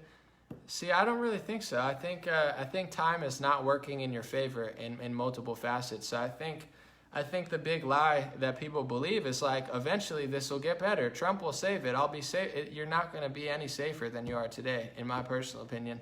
You're not going to feel better about it. Like, you know, it's not going to get easier to do it. Time is against you for multiple reasons. So I think people are going to wait and wait and wait. And at a certain point, enough people waiting, you're going to get overrun. So I think there is going to be no easier time to speak out. I know it would be nice to think like maybe in 2 years it'll be much easier, but I think it's just going to get harder and harder and harder. And demographics and other patterns are shifting against you. And the reason that matters is because now in America, if we treated people based on content of character, it wouldn't matter, but we're not doing that. You have every major corporation discriminating, bringing back Jim Crow era style discrimination, solely pointing against one ethnicity and one political party and discriminating against you based on your race and politics, and, you know, bending over backwards for others. So as things shift, it's only going to get worse for you, you know, and so now is the time to stand up, I would think. And I'm not talking about like physically, but if you think it's going to be easy to talk about Trump in 2 years, I think that's just a lie that you tell yourself because you're afraid to do it now, but you're probably going to be afraid in 2 years. I'm not saying you have to speak out now, but I'm not so sure that it's going to get easier. Maybe other people will put in groundwork and speak out, but at a certain point, people are going to have to take a stand in some way. For instance, like, I understand people need money and it's tough when you work a job, but I'm hearing stories of people wearing masks telling me, anomaly, I can't hear. I'm losing my hearing because they're bending my ears for it. And I'm asking the guy, are you going to let them break your ears and destroy your hearing? Like, that's, at a certain point, that's your fault. I know you need the money, but I don't know. I understand, and, you know, I don't have kids and stuff, so it's easier, but I've been broke before, but I save up money. I don't buy things. I don't buy cars. I'm not a big spender. I save, and then I've leveraged out of certain jobs. I know it's tough with the COVID thing, but it's like at a certain point, you're going to have to say, no, you're not going to hurt my hearing. Like, you know, the bare minimum, just like take a stand at your job and say, no. I think people are going to have to do that at some point. I don't know, because I don't have to deal with it right now, but I'm listening to people at work. They're discriminating based on their ethnicity, pushing Marxist communist ideas and saying that they're going to only hire certain races. My friends, of course, don't want to lose their money, so they don't say anything. But at a certain point, there's going to have to be something said. I can't tell you when that is. Me personally, I've taken a lot of risks in my life. I've taken risks traveling. I've taken risks career-wise. I've taken 30 risks, and I've succeeded, but it was risky. So I am where I'm at. I'm in a safe place right now. But it's not just because I just got here randomly. I've taken 100 risks, and it's worked out because I've taken calculated risks and tried to play it somewhat smart, although being risky. At a certain point, you're going to have to take a risk because it's like not doing that is a risk in itself. It's like when people say, is this hard to do? I mean, it comes at a cost, but so does everything. I mean, I've done farm labor. Farm labor is physical pain. Doing farm labor for 20 years can be really physically strenuous. Delivering, anything is strenuous. Picking up, dropping down, walking. I've been, cashier, late night stalker. I work from 10 to 6 a.m. Everything comes at a cost. So it's like, yeah, this is hard, but not really. This is the easiest thing I've ever done because I like it. I'm passionate about it, and I work my ass off because I've worked hard for 10 years. So if this is what's going to be my job, I'm going to do it 110% because I don't want to have to go back to the late night shift. So it's not really that hard. But that's the point I'm trying to get to is everything comes at a risk. Oh, aren't you afraid of, trying to be a rapper or doing this? It's like, no, because I'm also afraid of being stuck at the late night shift for 10 or 15 years. I mean, to me, that's just as scary. So the point I'm getting to is there's nothing wrong with working the late night shift. I did as well. I'm just saying at a certain point, there's a risk to doing that. The corporate life is not safe anymore. How could you feel safe at a company that's discriminating against you based on your skin color or your politics? That's no safer than I am on Facebook. So everything comes at a risk. That's all I'm saying. I think the key is to take a calculated risk. Don't go homeless over losing your job, but at a certain point, there's a risk to everything. Whether you try to take a leap and do something, a big life change, or you just kind of stay status quo and don't want to say anything. In my personal perspective, I don't know that that's going to get easier. I'm not trying to say it in a mean way, but it might just get crazier. Maybe it'll get easier. I don't know, but that's for other people to decide. I know I have my own thresholds that I just can't do it. Like, I have a problem with authority. I always have since I was younger, but like not in maybe sometimes in a bad way, but I'm like, I'm not going to do that. If I think it's wrong, I'm not going to follow the herd. I don't care what it costs me. I'll save up and I'll, take a pay cut to get away from that. That's just how I feel. But someone said, being a nurse, I have to wear full gear. I am dying. Yasmin, God bless you. I hear that's the thing where it's like, I can't do it. Just wearing a mask for 20 minutes it doesn't feel good. So God bless you. Thank you so much for being a nurse. But at a certain point, I think, employees have to really speak out, because you've been a nurse for a long time. They've never made you do this. The COVID-19 is not insanely crazy. Like, we've had viruses before. We've had contagious diseases. This is really not like exponentially insane if you look at the stats. At a certain point, what are they going to do this for years? I know you don't want to lose your job. I know you don't want to speak out, but at the same time, I feel bad. I don't want you to not be able to breathe. I don't want you to be hurting. And if depending how hot it is and how much it's sweating, there are health consequences as much as they say there aren't. So I feel horrible when I go to a restaurant or something. I feel bad. Everybody's wearing a mask for 5 hours. That can't be fun. I can't do it. I'm lucky enough that I don't have to, but I don't know that I could do it. I feel like I would have to speak out. But I know people don't want to lose their job, but at a certain point, you don't want to lose your breath either. So I guess that's a threshold that everybody has to choose. It's tricky, but it's like I feel terrible for what they're doing, which is why I also work my ass off. I could not do anything and still do pretty well, but I work so hard because I'm passionate about getting the message out there. It's not fair what they're doing. It's not right. Someone said I wear a bandana when I'm out. Yeah, I do the bandana too, but I'm not a nurse or anything, so I'm sure they have stricter laws. Someone said the fiber mask, we can breathe. Yeah, I mean, someone said wearing a mask in 100-degree weather. Yeah, it's horrible. It's gone too far. And I had a little run-in where I wrapped a towel around my face, and they said not to wrap a towel around my face, and I fought it.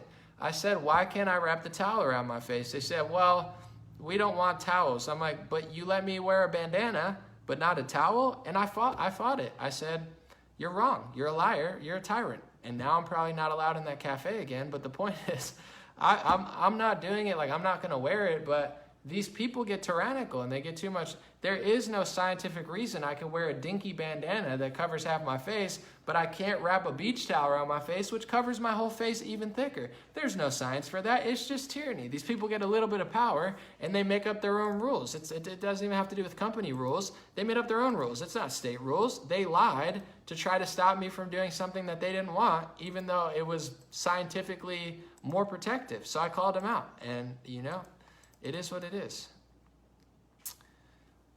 But if a lot of people did that, there'd probably be a different scenario.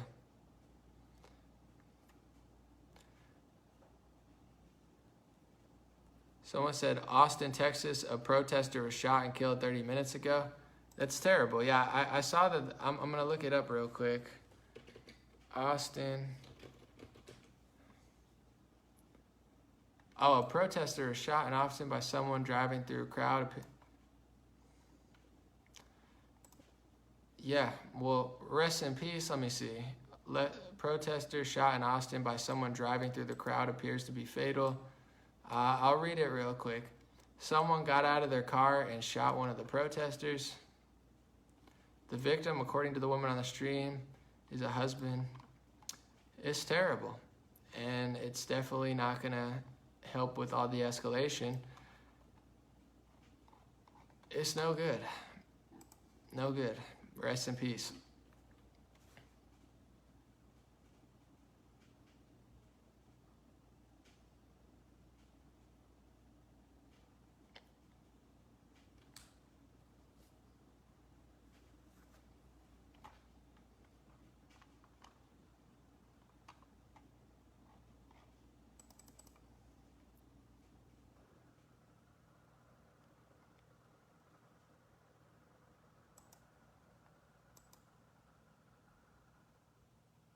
Someone said there's probably a lot going on right now.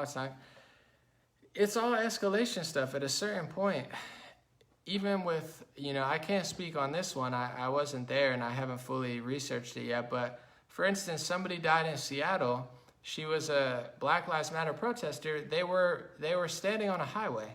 And unfortunately, a Black American hit her, killed her, and then went to jail. So she's protesting for Black people and then ends up getting hit by someone and sending a Black guy to jail. She ended up passing away. But at a certain point, you can't stand on a highway. You're standing on a highway. There's going to be people that get pissed off. I'm not justifying it, but why are you standing on a highway? Even if the roads are closed, the police try to close them to protect you, but I think he was like an Uber driver who just didn't know the highway was closed. You just don't stand on streets. So I'm not justifying what happened, but the amount of videos I've seen where people are standing in the streets and blocking and harassing cars, at a certain point, you're going to get shot. Like, you can't block the street. I don't know. Like, if I stood on a street, I would expect someone to hit me. And if I did it long enough, I would expect somebody to do something about it. It's not right. It's not legal, but you can't block. Like, at a certain point, what are you doing? Burning down federal buildings, blocking traffic, harassing people who drive past? It's not a good strategy. Road rage incidents happen all the time. I watched the news one time, just watching San Bernardino news when I was in Los Angeles, and it was like 3 people were murdered over road rage incidents. They argued, they pulled to the side, and 3 people shot each other. It's horrible, but it's like at a certain point, you can't just take over cities. I mean, you might think you can. You might attack federal agents and attack federal buildings and burn stuff and harass cars as they go by. But at a certain point, someone's going to do something. And that's the escalation of we do this, you do this, we do this. It's all bubbling up. This is not healthy. This is not leading to a good point. But this idea of like, we're going to commit crimes for 4 weeks straight, and then the second that someone does something, we're going to frame that they're the only ones doing it. They're not the only ones doing it. There's already been, somebody got burned in Minneapolis. A police got shot. David Dorn got murdered. There's people getting murdered left and right all the time. In Chicago every weekend, in these areas. Apparently someone got shot in Colorado too. At a certain point, people are not just going to allow you to destroy their city and block traffic. Like, how many videos have you seen where they literally just like surround a car and start beating on the car, and then the car hits them and they all scream victim? Why did the car hit me? What? They're scared for their life because you're scary. You're screaming at them and not allowing them to drive. What if they have a kid in the car? So it's like, obviously, someone shooting someone is not good, but at a certain point, what are people doing? Why do people think this is like a sustainable strategy? It's absolutely insane. Let me see. I'm just trying to. Oh, hold on a second. That's a little loud. I got to see this one because I haven't really seen the context. I hate videos like this.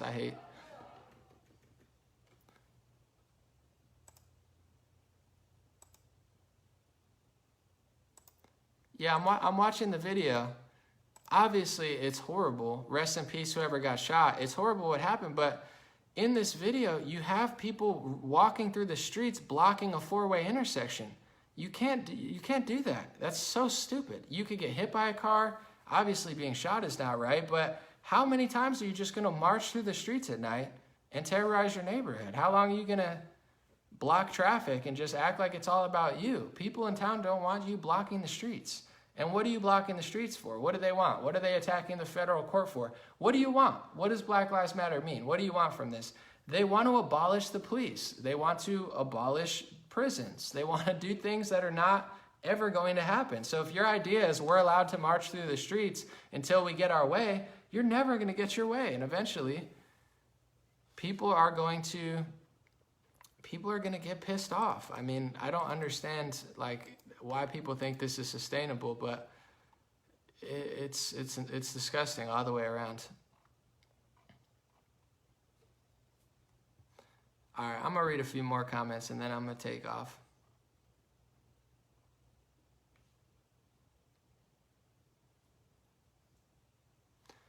Someone said I would hit them as opposed to being stopped and being beaten up. Well, that's the thing. Like in this one, it looks like they were just blocking traffic. They weren't attacking people. But in other ones, I've seen videos where they go and bang on the car and then they hit the person. I mean, yeah, what are you just going to let people jump in your car? If that's the situation, which has happened multiple times, not in this one, but other times, I mean, most people would. Most people would save their lives as opposed to getting their ass beat in their own car. Who wants to get attacked while they're driving? I mean, this is like a generation that we're never told no. Let's stand on highways at night. Let's stand on cars and wait. More people have been murdered from standing on streets than the thing they're protesting over, because it's a really dumb strategy. You can't stand in the street. This is like basic parenting, basic normal, like no matter how I feel about Biden, no matter how I feel about Black Lives Matter, no matter how I feel about communism, no matter how I feel about Trump, no matter how I feel about anything, if I stand on a street, I know I have a chance of getting hit by a car or killed. That's just basic common sense. It doesn't matter my political beliefs, but these people don't have self-accountability. They don't have self-awareness. They just want the entire world to bend over for what they're doing. It doesn't matter if we block the street. It doesn't matter if we burn a building. At a certain point, you're going to get hit by a car. It's like, what planet do you live on? Even when I'm in a crosswalk, I look both ways. I almost got hit in a crosswalk twice with the right of way. And I still don't march around like it's, let alone with 100 of my friends just blocking traffic. It's a death sentence one way or another. Eventually, people are going to get mad. Or you're just going to be on the wrong street that people are driving on. I mean, I don't understand, like, who told people otherwise? Like, is that a thing that people do? I don't know. If it's a right-wing protest, don't go on the street. If you stand on the street, you might get hit by a car or somebody might get pissed off. I don't know. But someone said they don't even know what they want. They're just destroying with no plan of the future. Well, they know what they want, but what they want is not a functional society. Someone said, did Biden really want to defund the police? I mean, if you want to see the clip, I could play it for you. It's debatable whether he said he wants to defund the police or not. You know, if you want to see the clip, someone asked him, like, do you agree that the police are like overfunded or weaponized? And Biden basically said they're over weaponized when they come in with the military tanks and stuff. I'll just play the clips because, I mean, it really depends how you perceive it. Biden defund. I'll play the clip for you guys, but here's what you really should know. What Biden's doing is he's on the fence about both of them because Biden wants to capture the moderate vote. Of course, moderate people do not want the police to fund it, but Biden also wants to get the socialist communist vote who wants to defund it. So what Biden's really doing is he's not answering because first of all, I don't even know if he knows what he wants, but he doesn't want to lose the moderates, but he also doesn't want to lose the communists. So he's trying to play the fence. Half the time he says yes, half the time he says no. But here's the clip. Here's the actual clip. So if you want to actually watch it and you can determine what you think he said, here.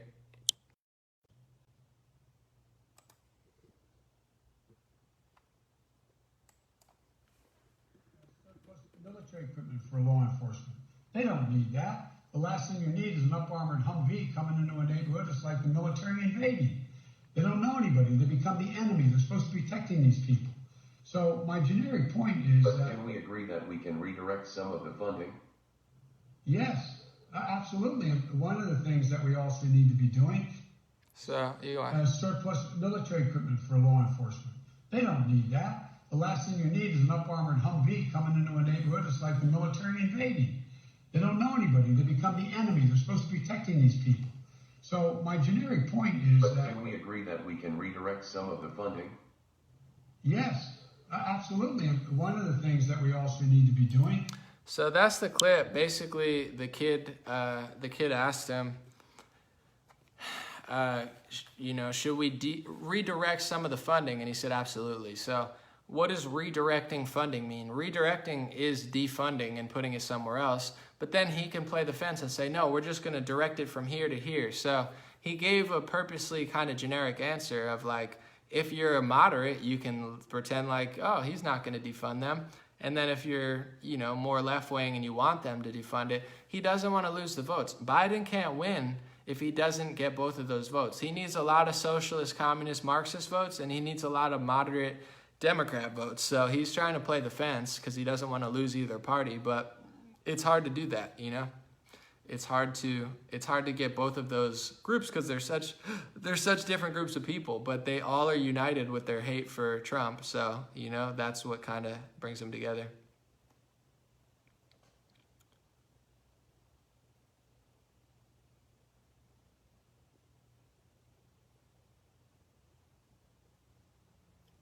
Well, it's unfortunate now because with this type of stuff, with the Portland thing, they're looking for a reason to escalate it. So it's similar to, like, say, the George Floyd thing. It just took that, and then everybody went out in the streets.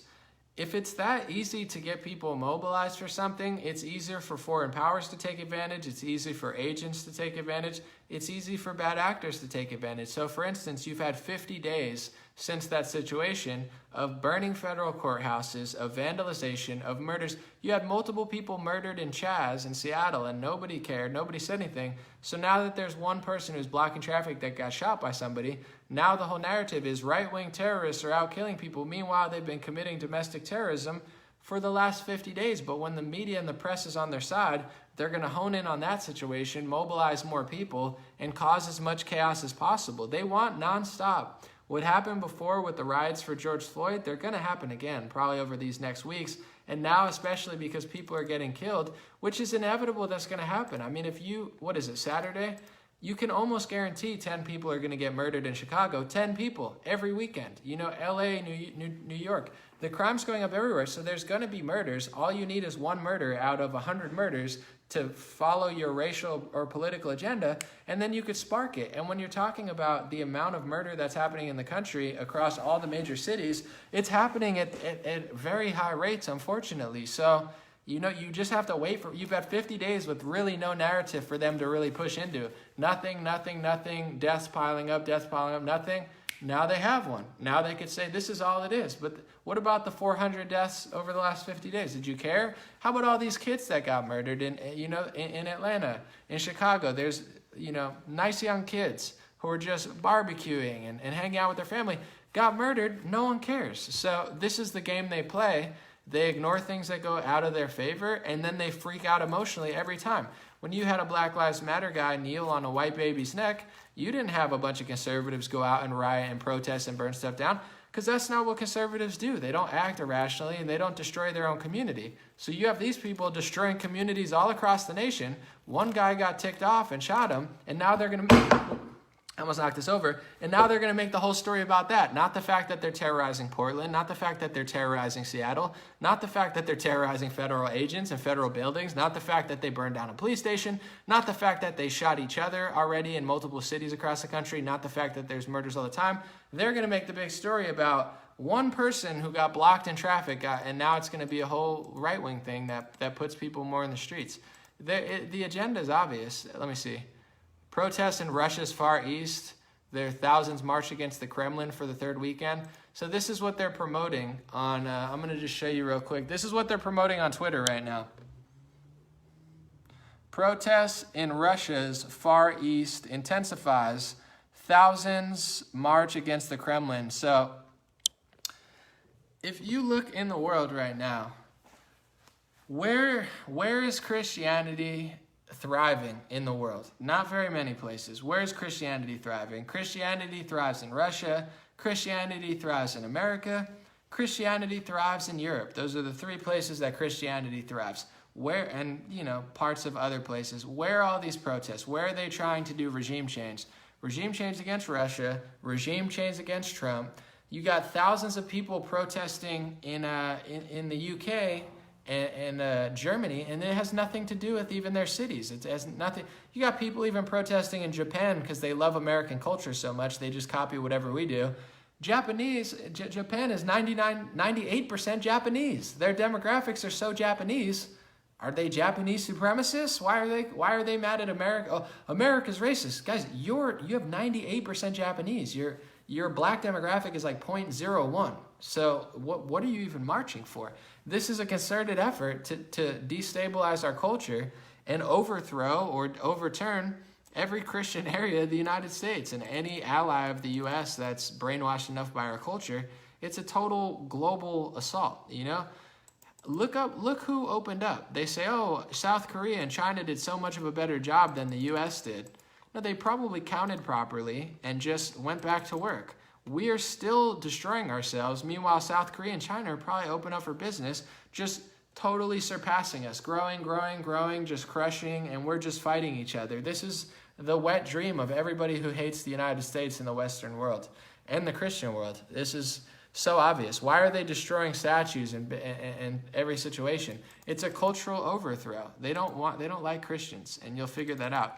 Christians are the most persecuted religion on the planet, according to most studies. They just don't talk about it because they don't control any of the media. The people who control the media are anti-Christian, and there's no word for anti-Christian. There's no terminology to shut down anti-Christian stuff, so it's just the status quo. You get what I'm saying? It's a manipulation of, well, that's anti-Islamophobic, that's anti-Semitic. All right, what's the word for anti-Christian? There's no word because that's the status quo in the media. These people are Marxist communists who don't like Christianity. So if you don't want to figure it out now, you'll figure it out eventually. Someone said, all I remember too is agreeing a 2-week shutdown. How do we get here? Exactly. I hear you.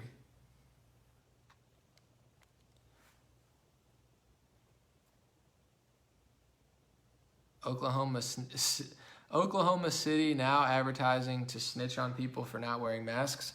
Guys, the entire country, in Austin, in Portland, there's millions of people in the street, millions.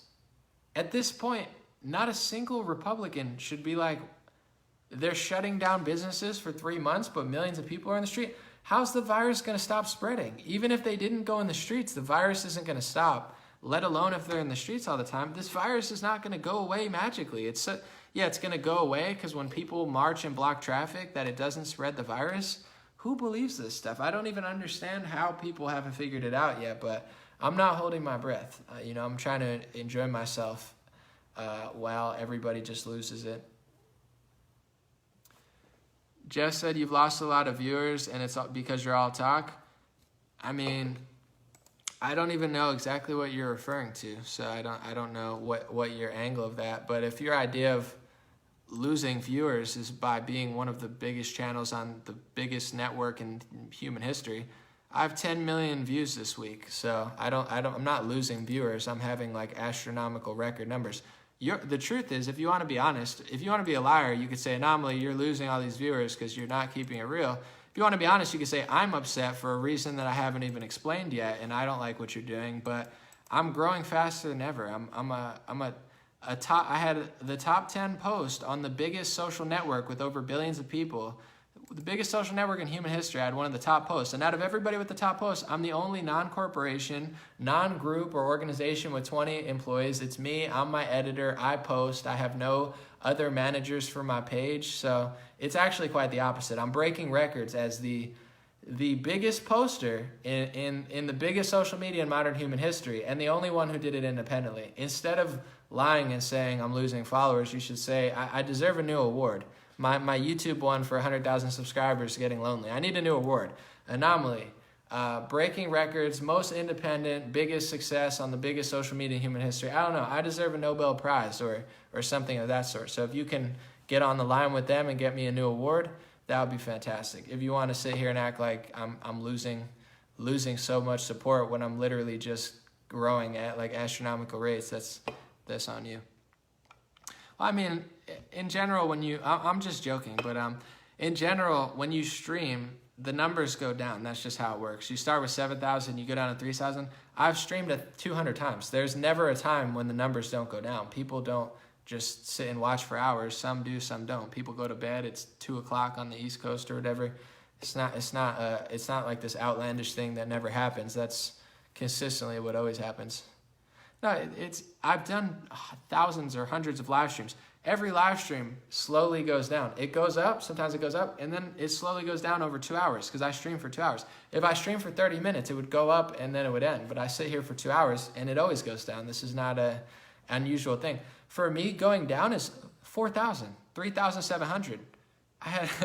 I'm not, but most people can't even pull 1,000 people or 100 people. I mean, you had the entire staff of Daily Wire went live on YouTube the other day, and they had 4,000 people, and it was all 4 of their biggest personalities on YouTube with 4,000 people. Maybe they had some on Facebook too. This is 2 hours into my stream. I just had it. It's not even worth arguing about. I just think it's funny, but you know, it is what it is. I gotta get my thrills in there. Someone said, preach about your success. Well, it's not even just preaching and bragging. They don't write articles about me, thank God, because they're terrible journalists, but I'm documenting my history. You know, as he's putting out a false narrative and saying Anomaly is losing so many followers and because of his views. The truth is, actually, I just broke a record for the biggest post on the biggest social network in modern human history, Facebook. I had one of the biggest posts on the entire network, and out of the top 10 posts, I'm the only person who's an independent star or an independent poster, an editor. I do all my own work. So really, it's the exact opposite. I'm breaking records as they're trying to say I'm declining. I'm not saying it to brag. I'm saying it to write my history. I'm not declining. I'm breaking records for like the biggest accomplishments on the entire website. So it's like, if I don't write my history, someone else is going to lie about it. Just like now, who's going to write the history books? Who's going to know who was who? If you read Wikipedia, they're not going to tell you the truth. You know, the schools aren't going to tell you the truth. So it's the same reason why Trump tweets so much. It's fantastic. Like, people are like, why does he do that? That's his way of communicating exactly what he wants to say and exactly word for word what he says. If there wasn't Twitter, there's only people disseminating what he's saying. Twitter is his way of saying exactly what he means, and it's a historical way to document what he literally said, as opposed to what other people said he said. That's why he likes Twitter so much. If you want to watch a good interview, watch the Trump-Portnoy from Barstool Sports. He interviewed Trump. It's fantastic. It's probably the best Trump interview out. If you want, we could watch a little bit of it. I don't mind. It's fantastic, and I was really impressed. It's like it's the most genuine interview Trump's ever had, because Dave's a cool guy, but it's a good time. What's the best state to live? I don't know. You got to talk to other people. I mean, I make the most of where I am, but let me try to see this interview. Yeah. Have you guys seen the Trump Trump-Portnoy interview? If you haven't, I could play some of it, and we could watch it for a little bit, but it's so good. Someone said, see, now you dropped 100 by letting this person troll you. Guys, it's not about numbers. As far as when I'm here for an hour and a half, the numbers are not going to keep going up. I had 7,500 people. Now there's 3,600. I don't care that much. But in general, if you stream for 2 hours, not everybody's going to listen to me talk for 2 hours. I have 3,600 people here, and I've been talking for almost 2 hours. That's pretty huge. So if you're going to count numbers, not only it dropped 100, it's going to drop. It already dropped 3,000. It's not abnormal. Do you even listen to Trump talk for 3 hours? This is like, it's not... It's not a thing.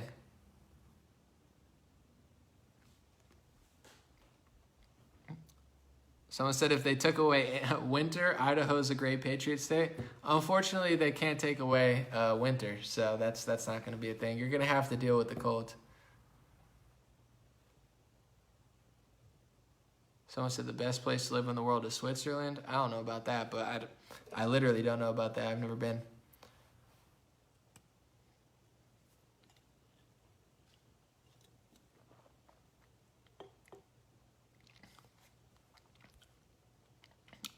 Here's what I guess is this the same guy that was saying I was losing followers?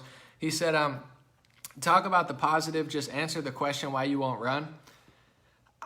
First of all, think it's okay, I don't mind, but like think about how you frame your question. You're like, you're losing people because you won't do anything, and then I'm like, what am I not doing? And he's like, why won't you run? Answer my question. It's like your energy's just weird. Just calm down. But running for office is not the only way to make a difference. That's not true. So changing the culture, educating people, writing books, making videos, adding to the arts, that has a massive cultural effect and impact on people's mindsets. So there's thousands of ways to help. You could be a doctor, a nurse. So this idea that we've already gone over this 30 times, you're like throwing a fit over something I've talked about 10 times. I don't want to run for office. I don't like politics. I've never liked politics. I don't want to be a politician. I don't want to be around politicians. I don't want to move to Washington. I can't stand Washington, D.C. It creeps me out. So why would I? Why do I have to? Why do you think that the only way to change something is a politician? It's not how the world works. You need to change the culture, the community, the mindset. That's what's going to shift the politicians. That's what's going to awaken the youth. You're not going to do it being a politician. You could be like an AOC and get more attention. I don't need to do that. I don't need more attention. I already have enough. So, why don't I run for office? Because it's not the only thing that matters. It's not the most effective way to make a difference, and it's certainly not the only way to make a difference. You think that millions of Americans don't impact the country positively just because they don't run for office? That's like a false theory in your head. I don't want to run for office. Someone said, let's start a GoFundMe. I don't need a GoFundMe. I'm fine. You could give me stars or look at my Patreon or donor box or something, but I'm doing fantastic. I'm fine. I appreciate the support. I'm doing well. I don't need like a special GoFundMe. I'll let you know if I need ever a GoFundMe. It's okay. Someone said, don't give the trolls any attention. Well, they're not trolls. These are human beings. They're not like trolls. It's somebody who watches my page who's like upset I won't run for office. I don't consider it a troll. And there's a reason I stay for an hour, because I enjoy interacting with people. No one else interacts with their supporters. I do it not to like get any brownie points. I think it's fun, and I think it shows my versatility, and I think it shows my fearlessness of topics that, I'll talk about anything. Most people, they have thresholds that they don't want to do. So I talk to people all the time. It's not a troll. It's someone who wants to say something. So I'm not feeding the trolls. I'm just having a conversation with someone who thinks I should run for office. I enjoy when people challenge me. I actually like it when people get annoyed. I think it's like a funny dynamic. Like he's like Anomaly. I make a joke about it. I answer him. I think it's a funny vibe. It's not like a troll situation. It's like it's fun. Like even if someone's like, Anomaly, get your hair cut. I find it very funny and very, very fun. I don't know. I think it makes it interesting. So it's not like oh no, he ruined the live stream. That's what it's about, is answering questions and being challenged. And is there going to be a Trump-Biden debate? I mean, there should be, but are they going to cancel it? We'll find out.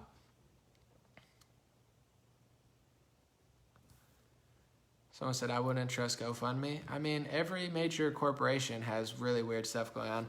I'm thinking about doing like an online course, to really, because I really like marketing.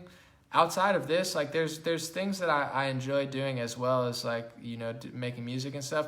So I want to make like an online course, not a corny one, not like this like stupid one, but something that's really smart and beneficial. But I'm looking at all these websites and they're all buying into the Marxism. It's like everything's racist, everything's race-based. And like, I'm like, I don't even want to give these people my money. It's like they can't even treat me like a human being. Everyone's bending over backwards to like Jim Crow era styles of like, we support this race. It's like, okay, I would hope we live in America. The demographics, there's Hispanics, black, white, Asian.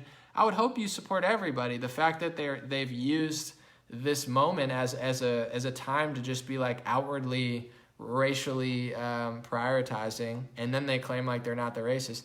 It's bizarre to me. So I'm like, I don't want to give these companies my money. But the point I'm getting to, it's not just GoFundMe. Every major tech company, they're all bending over backwards for this Marxist, really hypocrisy. But they'll figure it out. Kimberly said, I don't like when you spend 5 minutes rebutting, explain yourself. Well, Kimberly, clearly you don't dislike it that much, because it's I've been here for 2 hours and you're still watching. So if you didn't like it that much, you'd probably click the X button. So clearly, I hate to break it to you, but there's moments that people don't like certain things. He wants me to run for office. You don't want me to say that. Unfortunately, it's not about you guys. I mean, I appreciate your input, but it's like half the people want me to cut my hair, half the people love my hair. Certain people want me to say that, certain people demand I talk about what they want me to demand. Why don't I do this? Why don't I do that?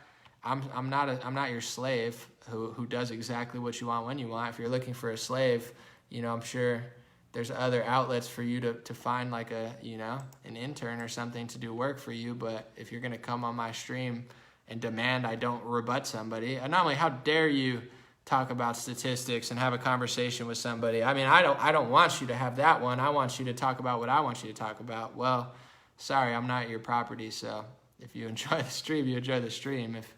If you want somebody that you can like micromanage and control, I'm sure there's a website where you can like buy somebody and force them to talk about what you want them to talk about.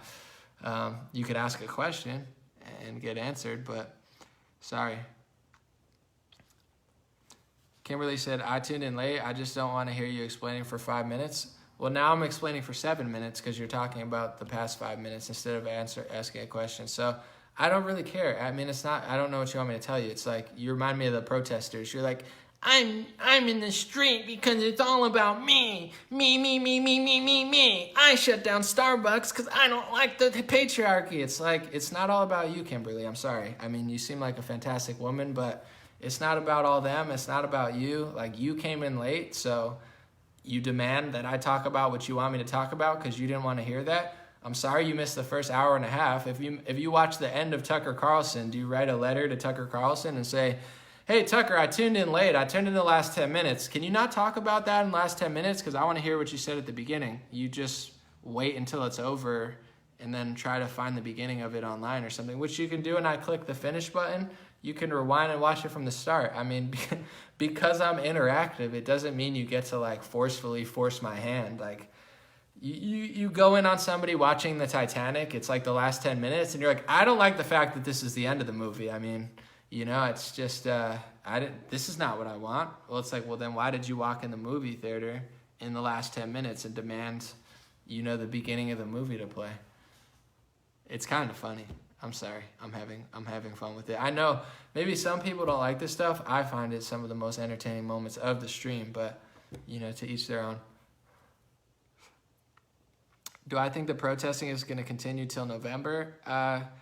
It's going to continue until people stop it. It's going to continue till November, but a lot of this is like they're scapegoating Trump. They say it's about Trump. They say it's about federal agents. It reminds me of when they were trying to destroy, you know, Confederate statues. And when they were destroying Confederate statues, a lot of people's opinion was just, I don't agree with it because, like, why do you have to destroy the statue? But Michelle Malkin and others were saying they're not going to stop at the Confederate statues. They're going to keep destroying more and more stuff. And everybody thought that was so silly. But it's the same as this. It's not about Confederate statues. It's not about the Confederacy. It's not about Trump. It's not about Christopher Columbus. It's not about Austin, Texas. It's not about Seattle. It's not about the federal building. They're just scapegoating Trump. So it's going to happen until somebody stops them. The mayor's not going to stop them. So either Trump's going to stop them, or the people are going to stop them, or people are going to get pissed off like it's happening tonight, or it's going to continue until the cities get completely war-torn and they vote a different way or a stronger force in the ground. It's probably going to be Trump with the federal agents, because when you destroy federal property and commit domestic terrorism, he probably has the legal rights to do what he needs to do. I mean, if you were just protesting, it's one thing, but if you're blocking traffic, burning things, you know, people are getting shot, you know, businesses are being set on fire, you're no longer a peaceful protester. To be honest, even if you march through the streets, you're not allowed to do that. You don't have the right to block traffic. That's not a protest rule. I've protested in the street. You need to get you need to get it approved, and then you need to get the town and the police to sign off on it, and then they guide you through your walk. If you want to block traffic, you could block traffic, but it's not a protest. That's not legal. So at a certain point, it's gonna go until somebody stops it. Will that happen in November? Will it happen in 2025? I don't know. But these mayors are not going to stop it. So either Trump will stop it, the people will stop it, or they're just going to decline into a complete, you know, war hell zone. How is that? Was that good for the people complaining? Do you like that little rant? Hopefully that was appeasing to my masters.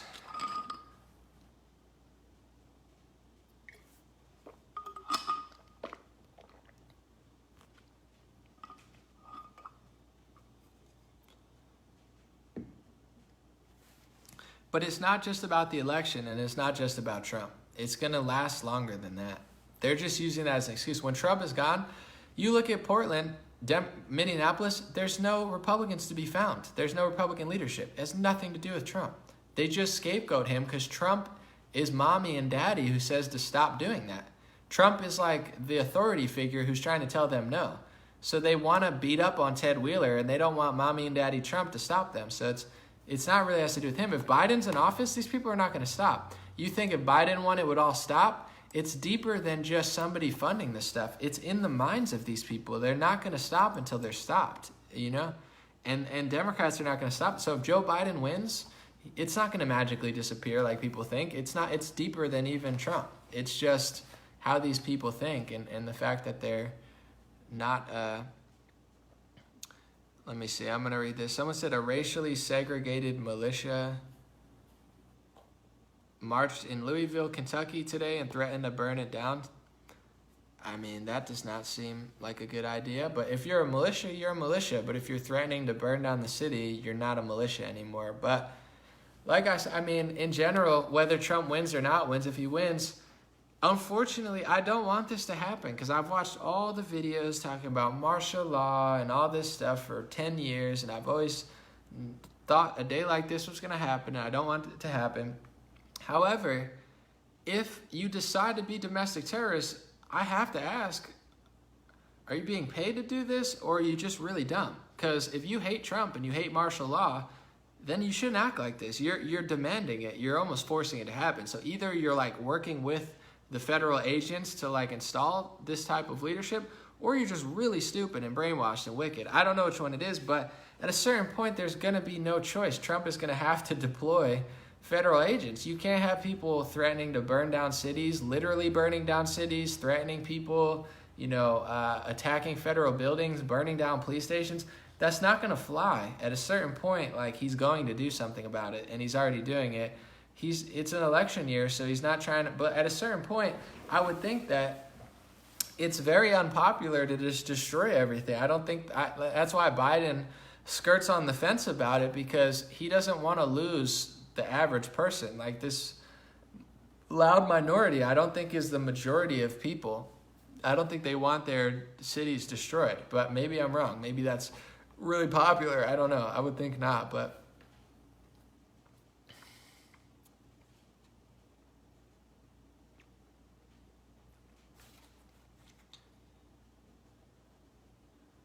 someone said the two-party system is the real enemy.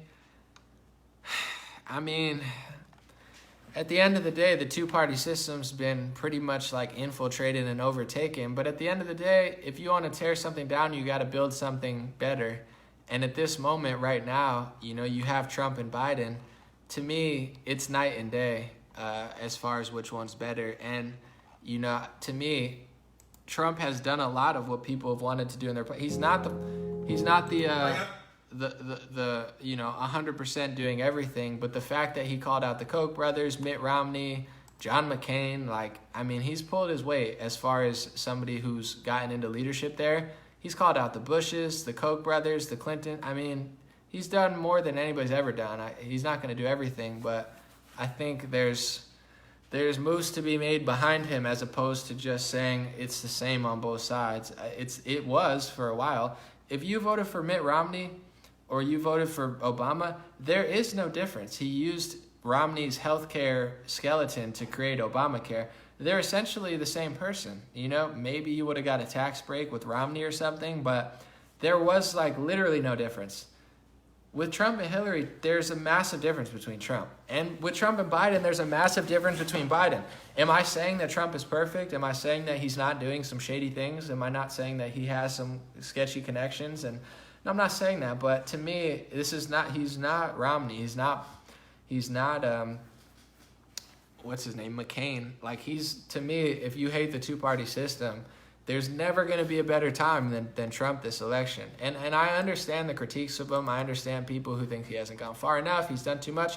In some cases, I agree. But to me, you're not going to get a better situation than this guy right now. But that's just me. Maybe some people want to vote for Kanye West. Kanye's pretty heated. Maybe you want to go Team Kanye.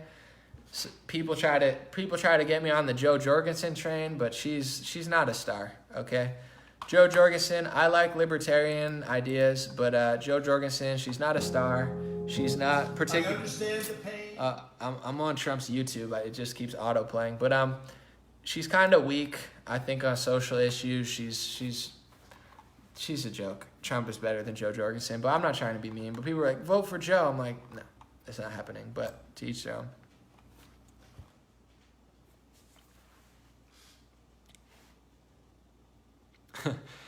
I'll read this comment. I think this is pretty fair. Jay Ferreira says, all the great minds in this country and our choices are Trump or Biden. That's like going to Longhorns and having a hot dog or a hamburger as your only options. That's pretty funny. I mean, I think generally most smart people don't want to run for politics because there's really no reason to do so.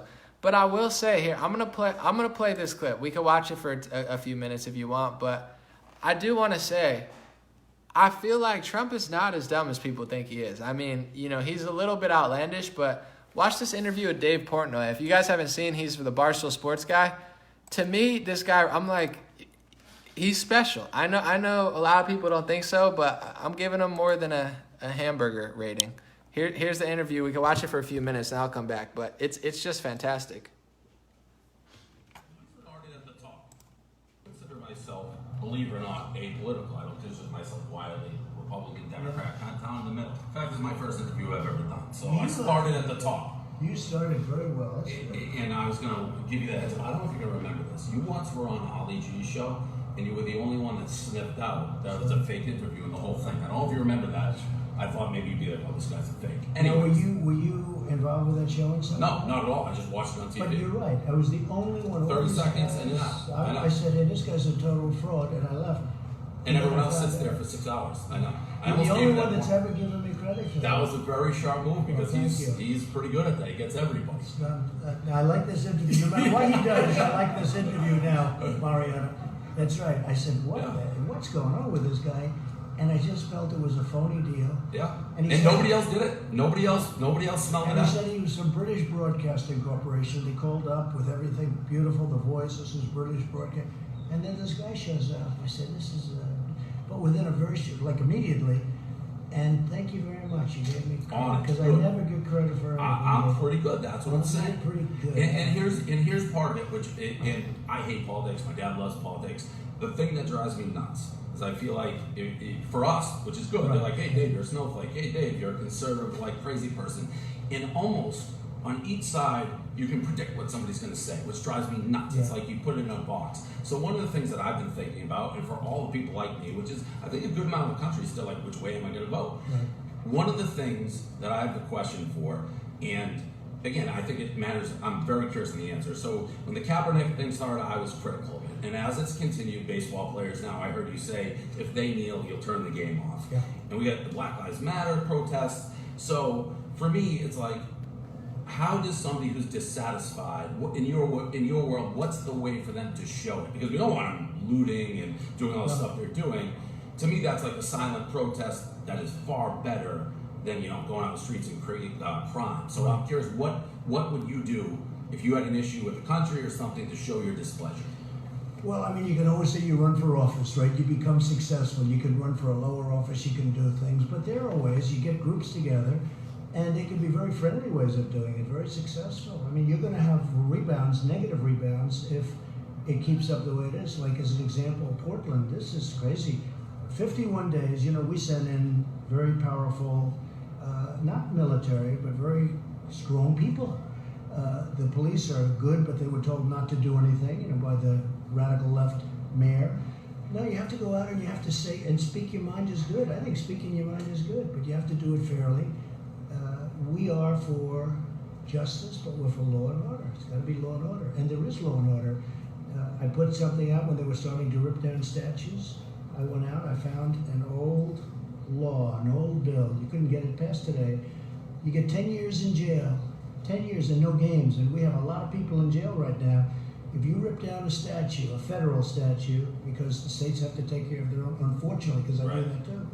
But you rip down a federal statue, you get 10 years in jail. 10 years, no, 3 months. And nothing's happened since then. It was amazing. I signed it. I had a news conference. I said, if you do it, and we were supposed to have thousands of people marching in Washington that day. Nobody showed up. How do we close the divide? Like at my age, it's like it just seems half the country hates the other half, and no matter what you say, you can't get along. So, and you're the lightning rod. There's no doubt about that, in my mind. Do you agree with that? That you're like a lightning rod? Sometimes for a purpose. I mean, How do we bring it together so the two sides right now that are our heads can be like, you're my guy? I think it was happening, and then we got hit by the China virus, okay? I think it was happening. Success. Our country never did better. the best employment numbers in the history of our country, best unemployment numbers, African American, Asian American, Hispanic American, everybody, best unemployment numbers in history, best stock market we've ever had, although I must tell you, as you know probably very well, the stock market's almost at the same level right now, which is a great tribute. I wasn't watching it today, that's why I went down today. Okay. I've been killing the stock market. But the stock market has been absolutely great. A lot of things are happening, great housing numbers the other day, great everything. We're doing really well, and we're trying to get rid of the rest of this pandemic. But success doesn't, and we were ready to do it, because if you look at when you say Hispanic or when you say African American, Asian American, they were all working. Everybody was making a lot of money. Everybody was doing good, and it was coming together. And then China sent us this horrible, bad present, a real bad present. They could have stopped it. They should have stopped it. And we made a deal. You know, we made a trade deal with China. Mm-hmm. And it was a great deal, but it means much less to me now than it did then, because I'm not happy with what they've done to the world. They stopped it going into China from Wuhan, but they didn't stop it going into Europe, the United States, and the rest of the world. So, but we were ready to do it, and the word is success, and I think we're going to have that. I think we're going to have a great next year.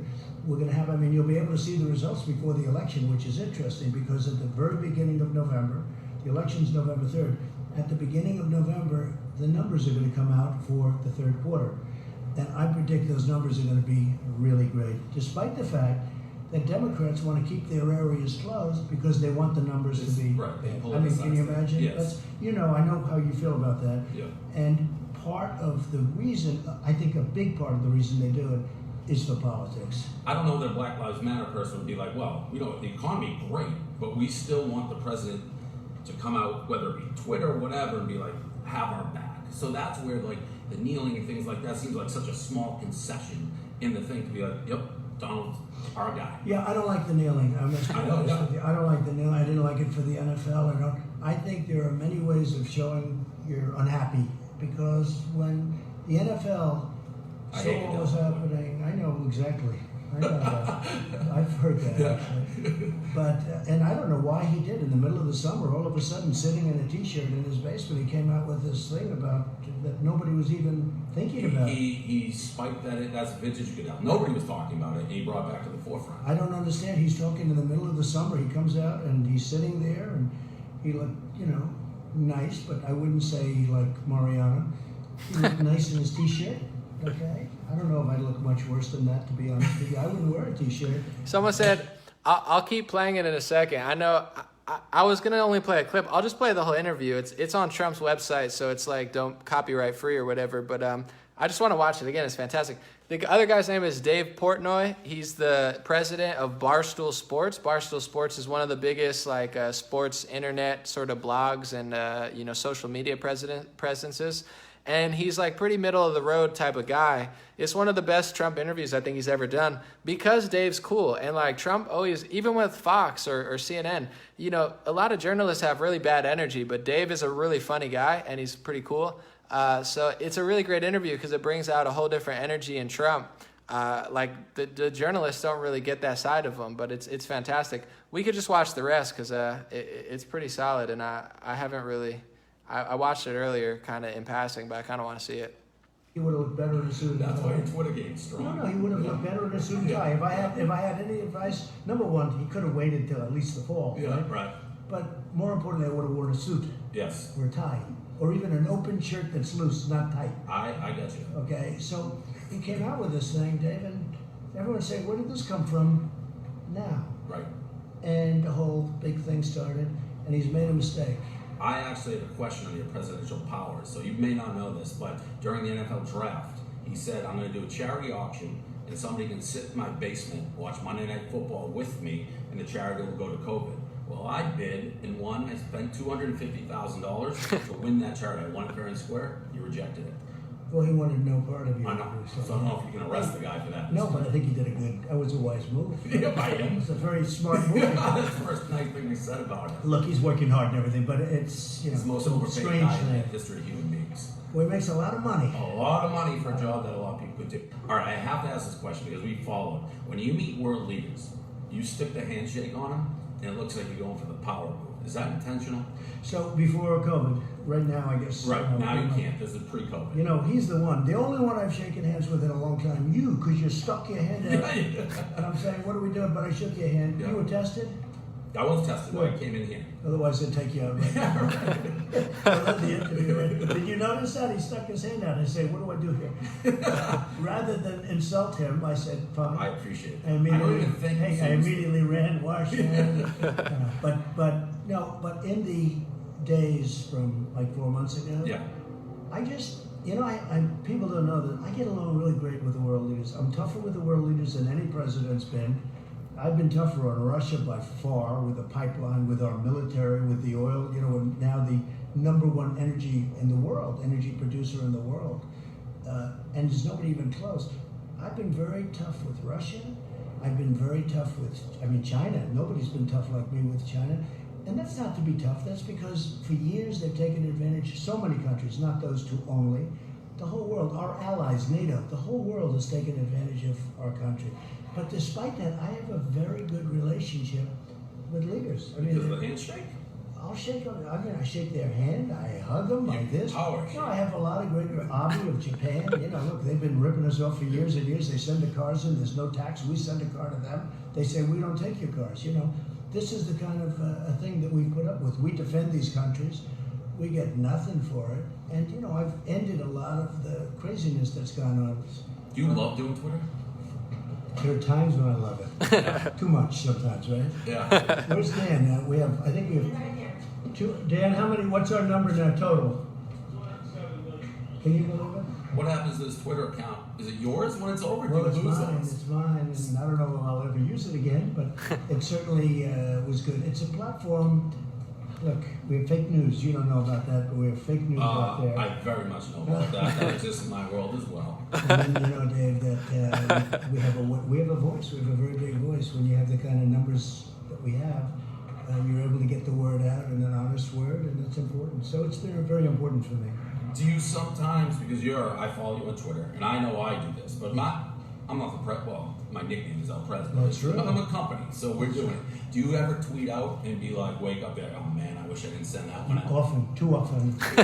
It used to be in the old days before this, you'd write a letter and you'd say, this letter's really bad. You put it on your desk and then you go back tomorrow and you say, oh, I'm glad I didn't send it, right? But we don't do that with Twitter, right? We put it out instantaneously, we feel great, and then you start getting phone calls. Did you really say this? I say, what's wrong with that? And you find a lot of things. You know what I find? It's not the tweets, it's the retweets that get you in trouble. You've been caught with retweeting. People be like, oh, you just retweeted this crazy person. So you don't even look. You just press retweet. Well, you just fire from the hip. You see something that looks good, and you don't investigate it, and you don't look at what's on the helmet exactly, right, which is in miniature, and you don't blow it up. And sometimes it's, but I have found almost always, it's the retweets that get you in trouble. I've seen that a little bit with you. So we got opening day today. Good. So Fauci's throwing out the first pitch. You give him any tips? You think he's going to be able to? He seems like a little guy. I've never seen him. You expecting a good pitch here? Well, they say he was a good basketball player, and he is a very How nice tall guy. is he? He's not tall, but he's a fast little guard, and they say he was a good basketball player, and he's actually a very nice guy. We don't always agree on everything. He'd like to do things that I don't like to do, but ultimately I make a decision. But we make it all a group of people, and he's been here for like 45 years, for many, many years. And he's a nice man, actually. So I started doing, I'm a sports guy. Like the company that bought us, Penn National, they're a gambling company, so sports gambling is a big part of what we do. I switched to the stock market, actually, day trading.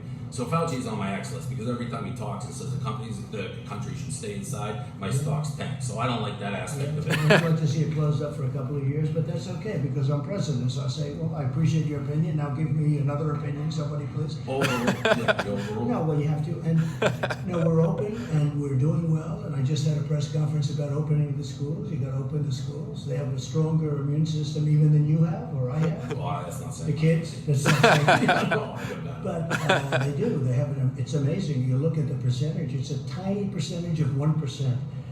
And in that one case, I looked at a couple of cases. If you have diabetes, if you have problems with something, but the kids are in great shape. So we want to open the schools, and we're opening the country. And we had great numbers announced the other day, and 2 weeks ago we had the biggest number of jobs we've ever had, and the month before that we had the same thing. A lot of good things are happening, and I think it looks like a V.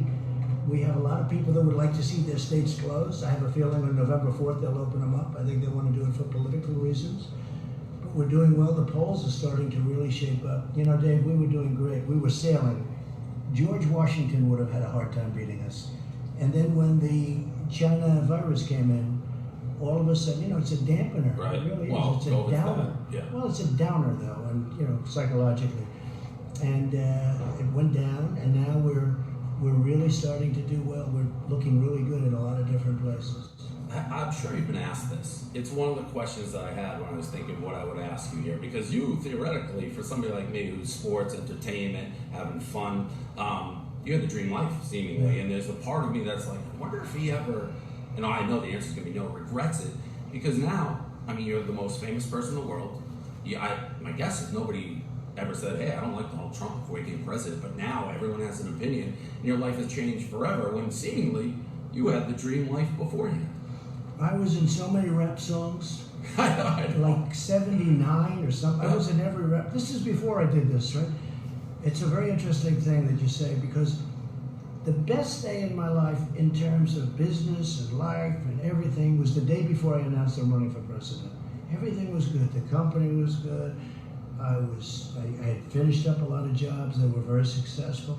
And then I said, I want to do this. Now, I'm really glad I did, but I was treated very unfairly with fake Russia, you know, Russia, Ukraine, all fake stuff. It's a very vicious business. Somebody said, who's the toughest in the world to deal with? Is it Russia? Is it China? Could it be North Korea? I said, no, the toughest is the United States. It's the toughest to deal with. When you look at what I have to do, I have to focus on the big picture, but I also have to focus. I have so many people on the left, or call them Democrats, call them whatever you want. And then you look at what they're doing with cities. Every city is run by a liberal Democrat, and they're going to hell. And we have to do something. We just send people into real quick. I love how I've been saying it's like hell on earth, because I was there. I was in a city that was like literally. I love how he just says it was like hell. Like he's crushing it. All right, I'm gonna keep playing it. Sorry. We send people into Portland, as we said. We're sending people into New York to help out. It's incredible, but I love doing it. But there was this, you know, phony deal that I was devastated that when I won, because I couldn't have my life. I had a great life, I did. One thing that happened, I was going into a thing called the Robin Hood Foundation. I'll never forget it. It was just about the night I announced or whatever. And my wife looked at me, she said, you know, I hear people booing. And she was with me for a long time. We've been together a long time. She said, some people are booing. I said, yeah, but some people are also clapping wildly. I said, no. She said, you know what? I've been with you a long time. I've never heard anyone boo you. This was right after I started being the politician. And it meant something, because I said, you know, it's the first time in my life I was ever booed. You know the story. Right, I'd go to Yankee Stadium. Go, I had it was close to who's 100%, but it was pretty close. And now, I would say this, I have more fervor on the one side, and I have far more animosity on the other side. That's the vibe I get. This is my DNA, but I'm not president. I feel like so many interviews, they're always coming from an agenda, positive or negative. And what I notice, I think, is you come at you hard, you just come back harder. And that's a very different thing for the president. I mean, I'm the president of Barstool, but people will say, is it presidential, is it not? And you just do your thing and it wins. I wondered that. Like, here's a hypothetical. If the perfect candidate, let's not say Republican, Democrat, came along and said, if we make him president, this country is going to be prosperous, everyone's going to get along, would you step aside? I mean, I don't know that such a person exists. Probably not. And I should say, yes, absolutely I would, okay? So let me say it that way, because that's a much more politically correct. Absolutely. You're not known to be politically correct. Yeah, but it doesn't work that way, because it just doesn't, unfortunately. But I really believe success, we were there. Everybody was working. Everybody was just, probably you, I don't know how you're doing now, but you were probably doing better 4 months ago. Well, I got into the stock market right when it went up. So okay, well, you got in at the right time. But a lot of people that have the 401ks, I mean, they're doing phenomenally, but a lot of people sold stock. And now they're saying, I missed it. And I said to people, don't sell, just don't sell. Because the foundation is so strong, don't sell. But the people that really lost in terms of economic are the people that got out. The people that stayed in, they stayed with me, they're doing great. And we're almost at record highs. Okay, the last thing, I'm going to wrap this up. And this, we asked for permission. You can say no if you want to do it. My dad and I have had debates forever. He's not the biggest fan of yours. What I want to do is kind of a prank. I just told him he doesn't know I'm even here. We've talked a lot. I want to call him, FaceTime him, and just, he'd die if he saw that I was with Go him. ahead, you can do it quickly, right? Yeah, it'll take 2 seconds. He knows it's coming. This is going to be... That's bad. No, That's too bad. No, this is going to be absolutely great. Let me get the thing here. I have it all set. This will take 2 seconds. Dad, this is going to be... Is he a good dad? He's a great dad. Good. All right, we'll put you on. Don't worry about socially distancing. No, I'll come from this. Hey, I got a question for you. What would you ask this guy, Dad? I know. I just sent me something, so I'm not shocked. The goal was to show him. We've had a very good interview. And you have a very talented son. Good guy. Really? That's all he's got. He's honest. All right, You have an honest thing. You have an honest thought. I was wondering why you were paying me now. Mr. President, he never calls me. That's no good. There it is. That's All no good. Heard from him unsolicited in a long time. Well, there you go. You just need a meeting with the What's president. going on, sir? I knew something was going on, and I'm not shocked, although I didn't expect to see your face just now. It's great to see you. Can you get him to call me a little more? I'm going to put a lot of pressure on him. He'll call All you right. today. In a little Thank while. you. All right. Thank you very much. All right, Dad. Great to meet you. He handled that better than I thought he would. Thank you. Yeah, no, he you were was- worried about well, it. he got tipped Nice. off, so this must have been leaked. I don't know how. Yeah, I appreciate it. Thank you very much. Oh, Great. can't do it. A great honor. A great honor. Yeah, I almost did it. Thank you very much. It's a great interview. I usually don't play interviews or care that much, but I like Dave a lot. Barstool Sports is great, and Dave's kind of a guy who he's very Need a professional logo for your brand. All right, let's not run ads now, Wix. But it's like a Wix ad from YouTube. But Dave is like very non-politically correct. They always try to cancel him, and he's kind of like F you, cancel culture, fun guy. And he gets perceived as more conservative, I guess, because he's not like super like cancel culture. He rejects that, it seems like, and likes the stock market. So it was like a spontaneous interview, but it was just fantastic because he's not rude or negative, and he doesn't have like an agenda. He kind of just talks like a normal American that's kind of concerned from a perspective that's, relatable. And Trump shined. I think that was the best Trump interview. And I had the pleasure, not to be that close, but of being at the White House and hearing Trump speak to a room full of Hispanic people. And he's so authentic. He's so genuine. Like, you could feel the energy. He's not a bad guy. He's not a mean guy. He's totally real. And he's just not a phony. And the media is just so nasty. Regardless of if you disagree with some of his policies, they don't do that. They don't just ask questions. They just viciously assault him, lie about him, try to skew everything out of proportion, make him look bad. And when he's in a normal environment, you see what a genuine person he is. And I think that's really the best interview he's ever given. And it's crazy because the one other founder of Barstool Sports, his name is like KFC or something, he's talking about leaving. Like, they're gonna like split up now because he was so mad that Dave went to the White House and didn't tell him.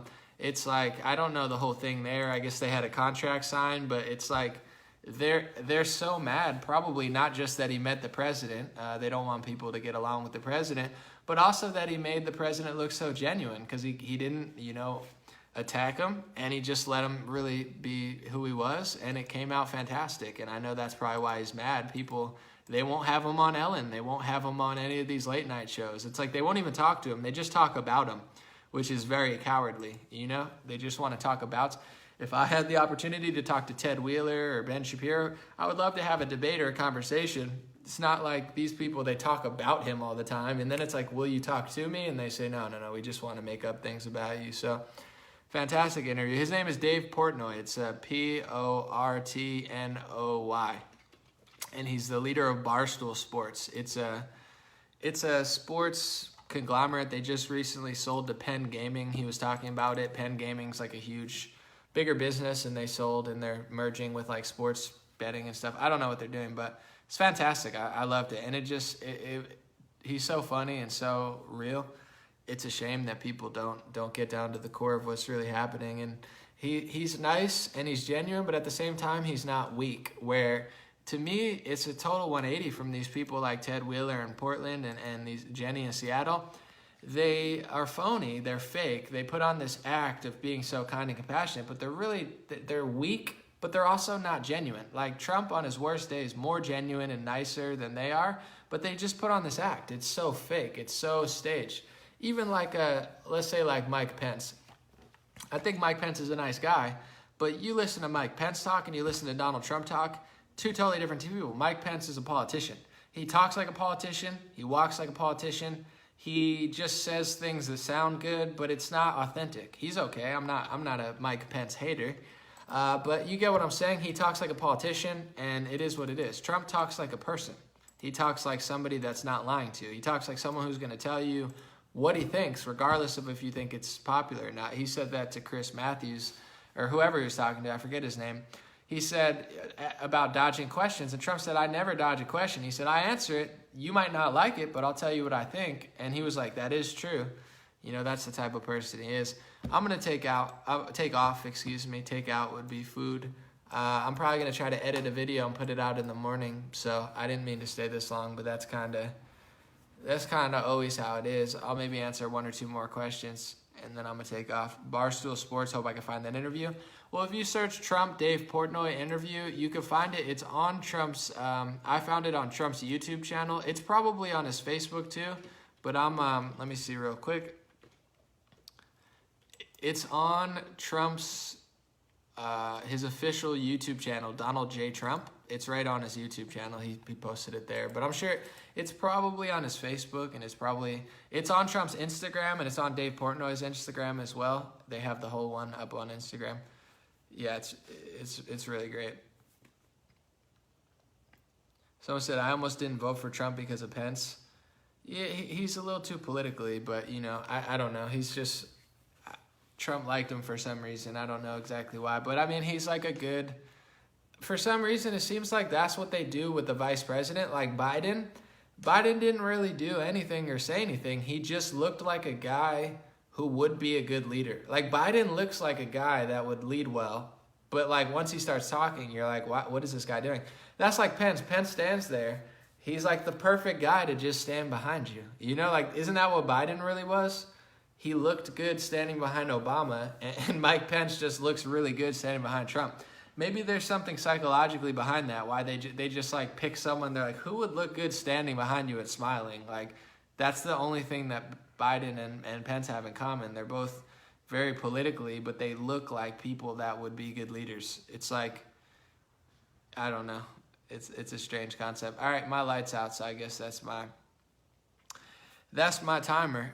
God bless you guys. Appreciate you. Even the people who are upset. I was joking, whoever it was earlier, where I said, like, you know, I'm not your slave or whatever. I'm slightly joking, but also it's like, yeah, there's a way to ask a question and get my attention, and then there's a way to like demand I say something. I literally am not mad about it. I just think it's a funny way to interact. I don't know.